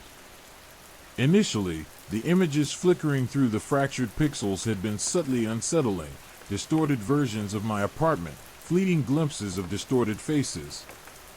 But as the days turned into nights fueled by caffeine and panic, the images became clearer, more defined. The cracks, once fine lines, had morphed into gaping chasms, revealing a landscape that defied description. I saw cities built from bones, rivers of viscous, pulsating fluids, and skies ablaze with an unnatural crimson light. Buildings twisted and writhed like grotesque, sentient organisms, and the inhabitants were things that should never have existed. Their forms defied earthly logic, their movements unsettlingly fluid, their very essence oozing malevolence. They were shadows given form, nightmares made real. The creatures moved with an unsettling grace, their forms shifting and changing, their movements hinting at a horrifying intelligence that existed outside of human comprehension. Their eyes, when visible, burned with a cold, unfeeling fire, their gaze piercing, accusatory. They seemed to stare directly through me, their cold emptiness somehow conveying an unbearable weight of cosmic indifference. The glimpses were fleeting, brief moments of terror snatched from a nightmarish realm. But they were enough to permanently shatter my sense of reality. The comforting familiarity of my own home began to warp and twist, mimicking the hellscape beyond the screen. Shadows danced in places where no shadows should have been, objects shifted and rearranged themselves, and the very air seemed charged with an unnatural energy, a tangible sense of dread that pressed against me, suffocating. The cracks themselves seemed to be pulsating, breathing, as if the very screen itself was a living entity. The chilling whispers, previously emanating from the screen, seemed to now originate from the walls, the floor, the air around me. They were no longer simply whispers, they were insidious suggestions that wormed their way into my thoughts, distorting my perceptions, chipping away at the remaining vestiges of my sanity. The reflection in my mirror began to change. It became a horrifying parody of myself, a monstrous mockery. The features were exaggerated, contorted, replaced with the monstrous physiology of the otherworld's inhabitants. The eyes, once my own, were replaced with the same cold, empty voids I had seen in the creatures beyond the screen. The longer I stared at the broken screen, the more the otherworld encroached upon my reality. My apartment transformed into a nightmarish replica of the landscape I'd glimpsed through the cracks, a warped, twisted reflection of the hellish realm. My own reflection became the ultimate horror, a testament to the insidious corruption of the otherworld's influence. The horrifying realization dawned on me. The cracks in my screen weren't merely a technical fault, they were portals. Portals that allowed the horrors of the otherworld to seep into my reality, slowly but surely consuming me. The entities weren't merely watching, they were invading. They were transforming me, turning me into one of them, a creature of shadow and nightmare, forever bound to the hellscape beyond the broken screen. And the fear, the agonizing, inescapable fear. That was the ultimate price of gazing too long into the abyss, of witnessing the true, horrifying reflection of our collective dark side. The crack was not just in the screen, but in my own mind, and it would never heal. The first physical manifestation wasn't a dramatic burst of otherworldly energy, but something far more insidious, a chill. A bone-deep cold that settled into my very marrow, a coldness that defied the summer heat radiating from my apartment. It began subtly, a faint tremor in the air, but quickly intensified, becoming a tangible presence, a weight pressing down on me, suffocating. This was not the ordinary chill of an air conditioner malfunctioning. This was something alien, something ancient, something evil. Simultaneously, the whispers intensified. They were no longer emanating solely from the fractured screen, but from the shadows in the corners of my room, from the spaces between the floorboards, from the very fabric of the walls themselves. The voices were varied, a cacophony of hisses, guttural growls, and high-pitched screeches, a chorus of malice that resonated not in my ears, but deep within my soul.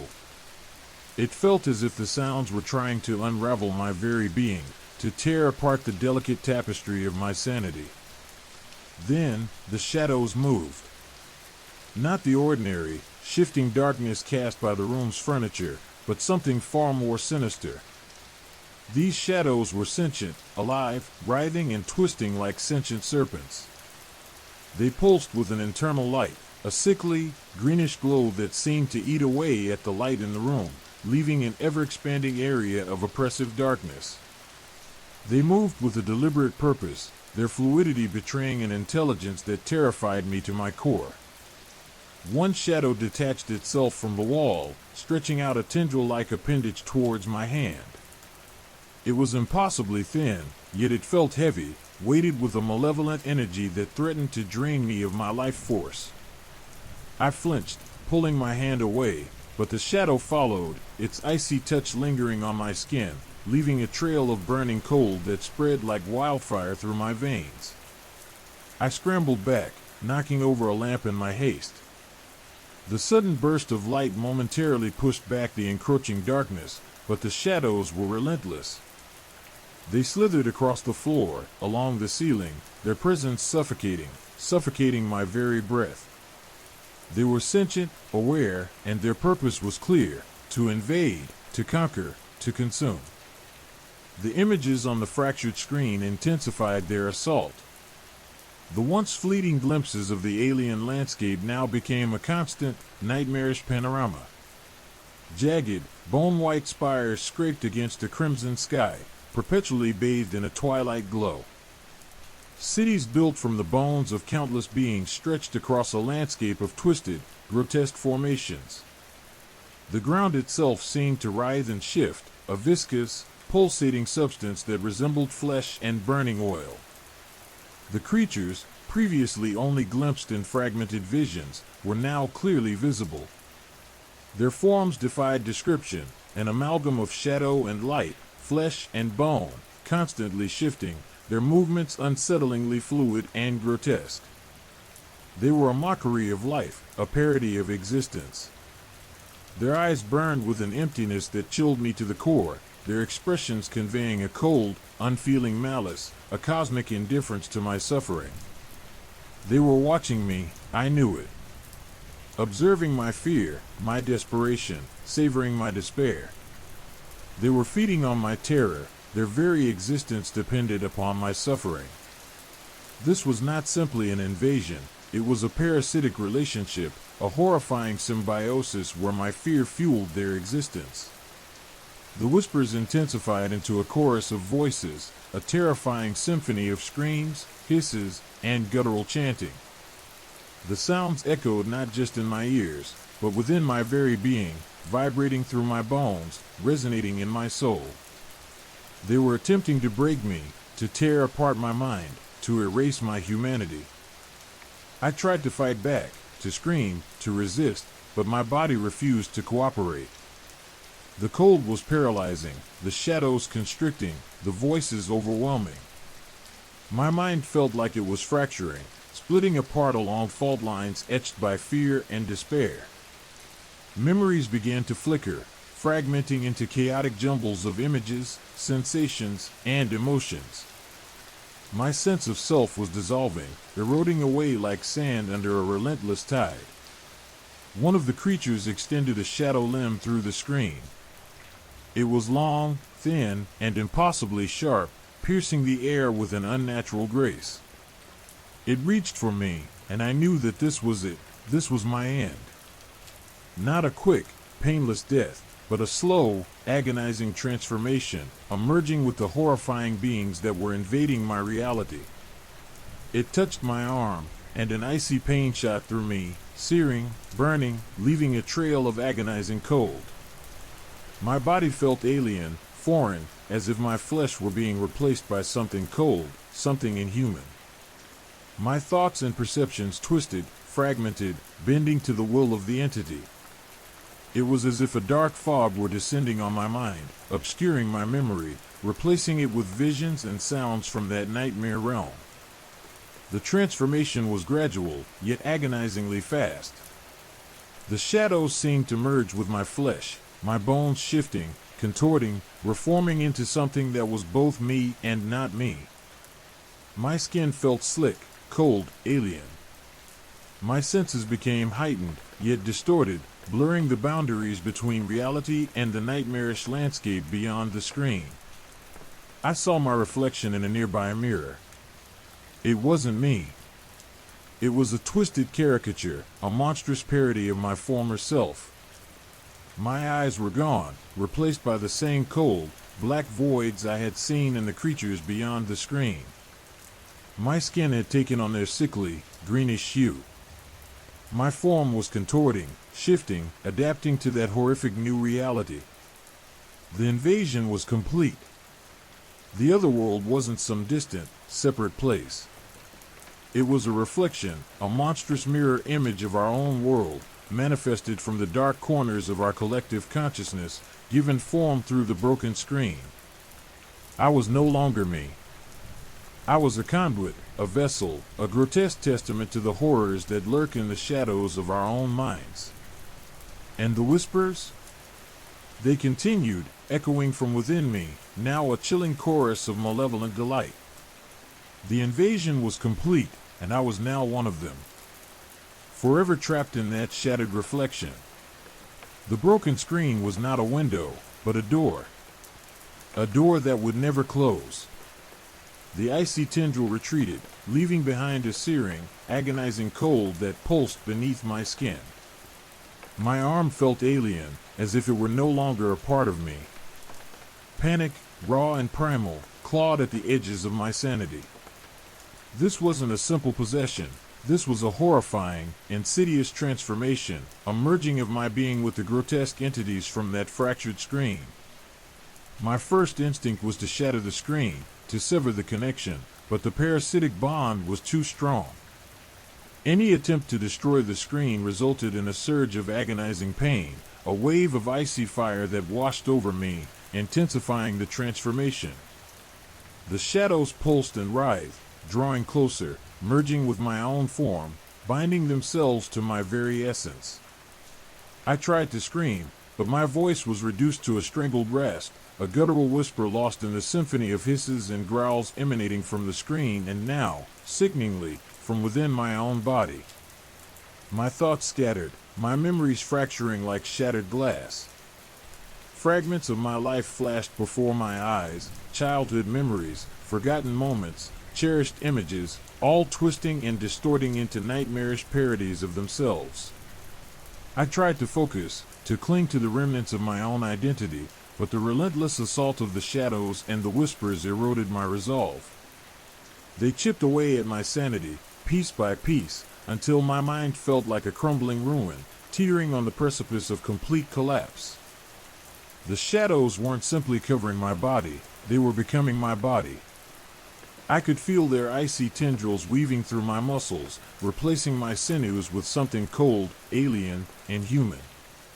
My skin became slick and cold, my bones shifted and cracked, conforming to a grotesque new shape, mimicking the bone-white architecture of the alien city I'd glimpsed on the screen.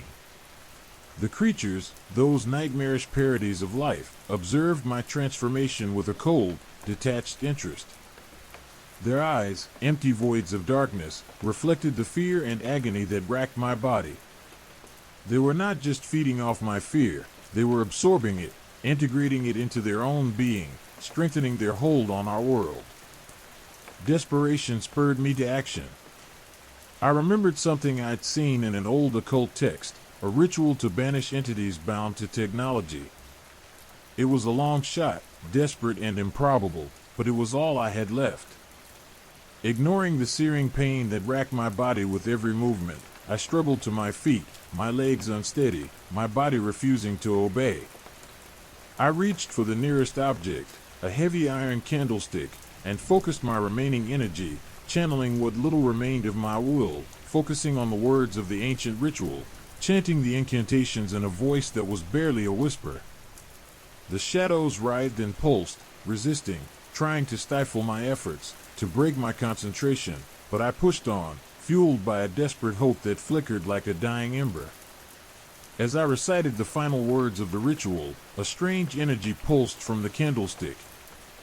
A wave of warmth, the antithesis of the bone-chilling cold that had enveloped me, spread out from the metal, pushing back the encroaching shadows, severing the connection between me and the otherworldly entities. The pain was excruciating, like being torn apart from the inside out, but with each word, the shadows retreated, their grip loosening, their influence waning. The whispers faded, replaced by a low hum, a residual echo of their presence.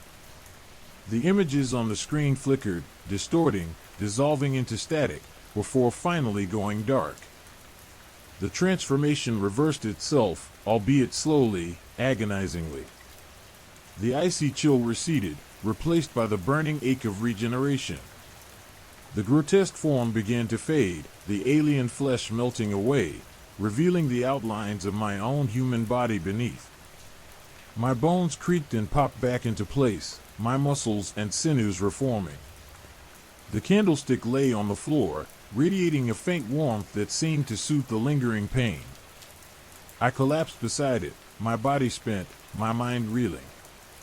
The terror was still there, a deep-seated fear that clung to me like a shroud, but the immediate threat, the suffocating invasion, was gone.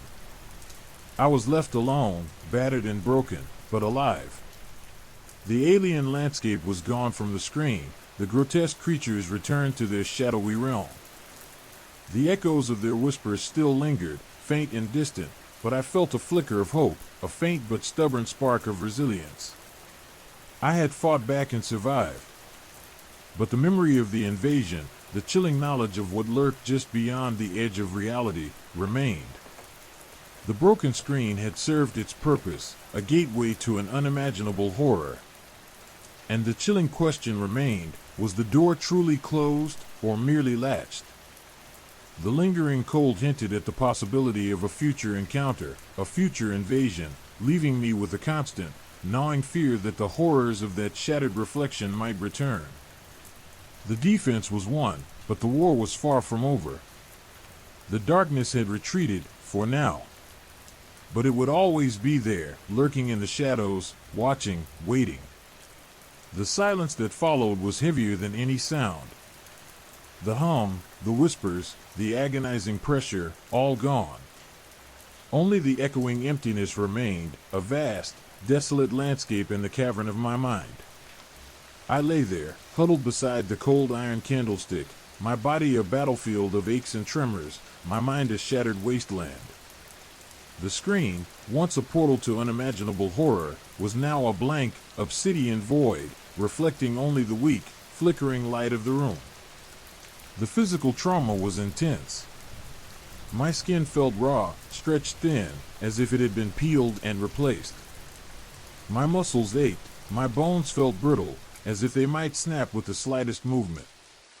Every breath was a labored effort, a rasping gasp that tore at my lungs. The cold lingered, a persistent chill that seeped into my very bones, a constant reminder of the icy tendrils that had wrapped themselves around me, the alien life that had momentarily become a part of me. But the physical pain was secondary to the psychological torment. The invasion had left its mark, not just on my body, but on my very soul. My memories, once clear and sharp, were now fragmented, distorted, like shattered pieces of a broken mirror reflecting a twisted, nightmarish version of my life. Familiar faces were twisted into grotesque parodies, beloved places transformed into scenes of unspeakable horror. My mind played back a grotesque montage of the invasion, replaying the horrific images from the screen, the chilling whispers, the grotesque transformation, the sheer terror of it all in a constant loop. Sleep offered no respite. Nightmares, vivid and disturbing, chased me through the labyrinthine corridors of my subconscious. I would awaken in cold sweats, gasping for air, my heart pounding a frantic rhythm against my ribs. The shadows, the whispers, the cold, relentlessly pursued me, even into the realm of dreams. The world felt different, altered. Even familiar things carried the subtle taint of the otherworldly, the lingering residue of the invasion. The air felt colder, the silence heavier, the shadows longer, more menacing. I spent days in a state of catatonic shock, barely eating, barely sleeping. The world had become a blurry, indistinct place, a landscape of muted colors and muffled sounds. The memory of the invasion was a relentless pressure on my mind, a constant weight that threatened to crush me. It wasn't just the fear, it was the violation, the utter defilement of my own being, the horrifying realization that something alien had briefly taken root within me. A part of me, I feared, was forever changed, forever tainted. The alien landscape, that horrifying city of bone-white structures and impossible geometry, lingered in my mind's eye, a phantom limb of the invasion. The grotesque creatures, their empty, black eyes burning into my memory, seemed to follow me, their silent presence adding an extra layer of dread to the world around me. The broken screen seemed to mock me, a silent testament to the nightmarish ordeal. I couldn't bring myself to touch it, to even look at it. It was a reminder of my vulnerability, of the thin veil separating our world from something far more terrible. I tried to rationalize it, to tell myself that it was merely a hallucination, a psychological breakdown brought on by stress and exhaustion. But deep down, I knew better. The cold, the lingering chill, the fragmented memories, the lingering echoes of whispers, these weren't symptoms of a breakdown, they were scars left by an invasion. The fear, I realized, wasn't just about the creatures themselves. It was the uncertainty, the knowledge that such a thing could happen, that the borders of reality are more fragile than we like to believe. The screen, a simple piece of technology, had become a gateway, a breach in the fabric of reality, and it could happen again, anywhere, anytime. The feeling of vulnerability was almost unbearable. The knowledge that what I had faced could return, worse this time, was a constant companion. My relationship with technology shifted dramatically. The convenience of screens, once taken for granted, was now tinged with fear, a chilling awareness of their potential to become portals. The glow of a monitor, the flicker of a television, the reflection in a polished surface, these things no longer offered comfort, they whispered of unseen horrors. I couldn't look at my phone without a shudder. Even the smallest reflection in a glass surface held a moment of chilling reflection. As weeks bled into months, the physical wounds healed, but the psychological scars remained. I sought therapy, desperately trying to unravel the tangled threads of trauma, to make sense of the unspeakable horror that I had endured. The therapist, a kind, understanding woman, helped me to process my experiences, to find ways to cope with the lingering fear and anxiety. But the memories remained, a constant reminder of the night the screen broke, the night the other world reached through. I learned to manage the fear, to find ways to live with the trauma, but it would always be a part of me, a permanent fixture in the landscape of my mind. The invasion had changed me irrevocably. My trust in the world, once unshakable, was now fractured, shattered, leaving behind a gaping void. I had survived, but at what cost? The world felt subtly different, colder, somehow more fragile. The shadows seemed longer, deeper, and the silence held an undercurrent of unspoken dread. The simple act of watching television, or scrolling through my phone, was now forever tinged with a chilling sense of foreboding. The broken screen wasn't just a broken piece of technology, it was a broken piece of my life, a permanent fissure in the landscape of my mind. And in the quiet of the night, When the shadows stretched long and the silence deepened, I could still hear the faint echoes of their whispers, a haunting reminder of the horror that lurked just beyond the looking glass. The aftermath was not just physical, it was a permanent residence in the realm of psychological dread. I knew it would never truly leave me. The door was closed, but the memory remained, a chilling echo of a world beyond comprehension. If you've made it this far, you've heard the whispers. The static doesn't lie. If something felt too close tonight, it probably was. Subscribe for more tales that reach through the dark. Drop a comment below. What time is it right now where you are? And who's watching with you?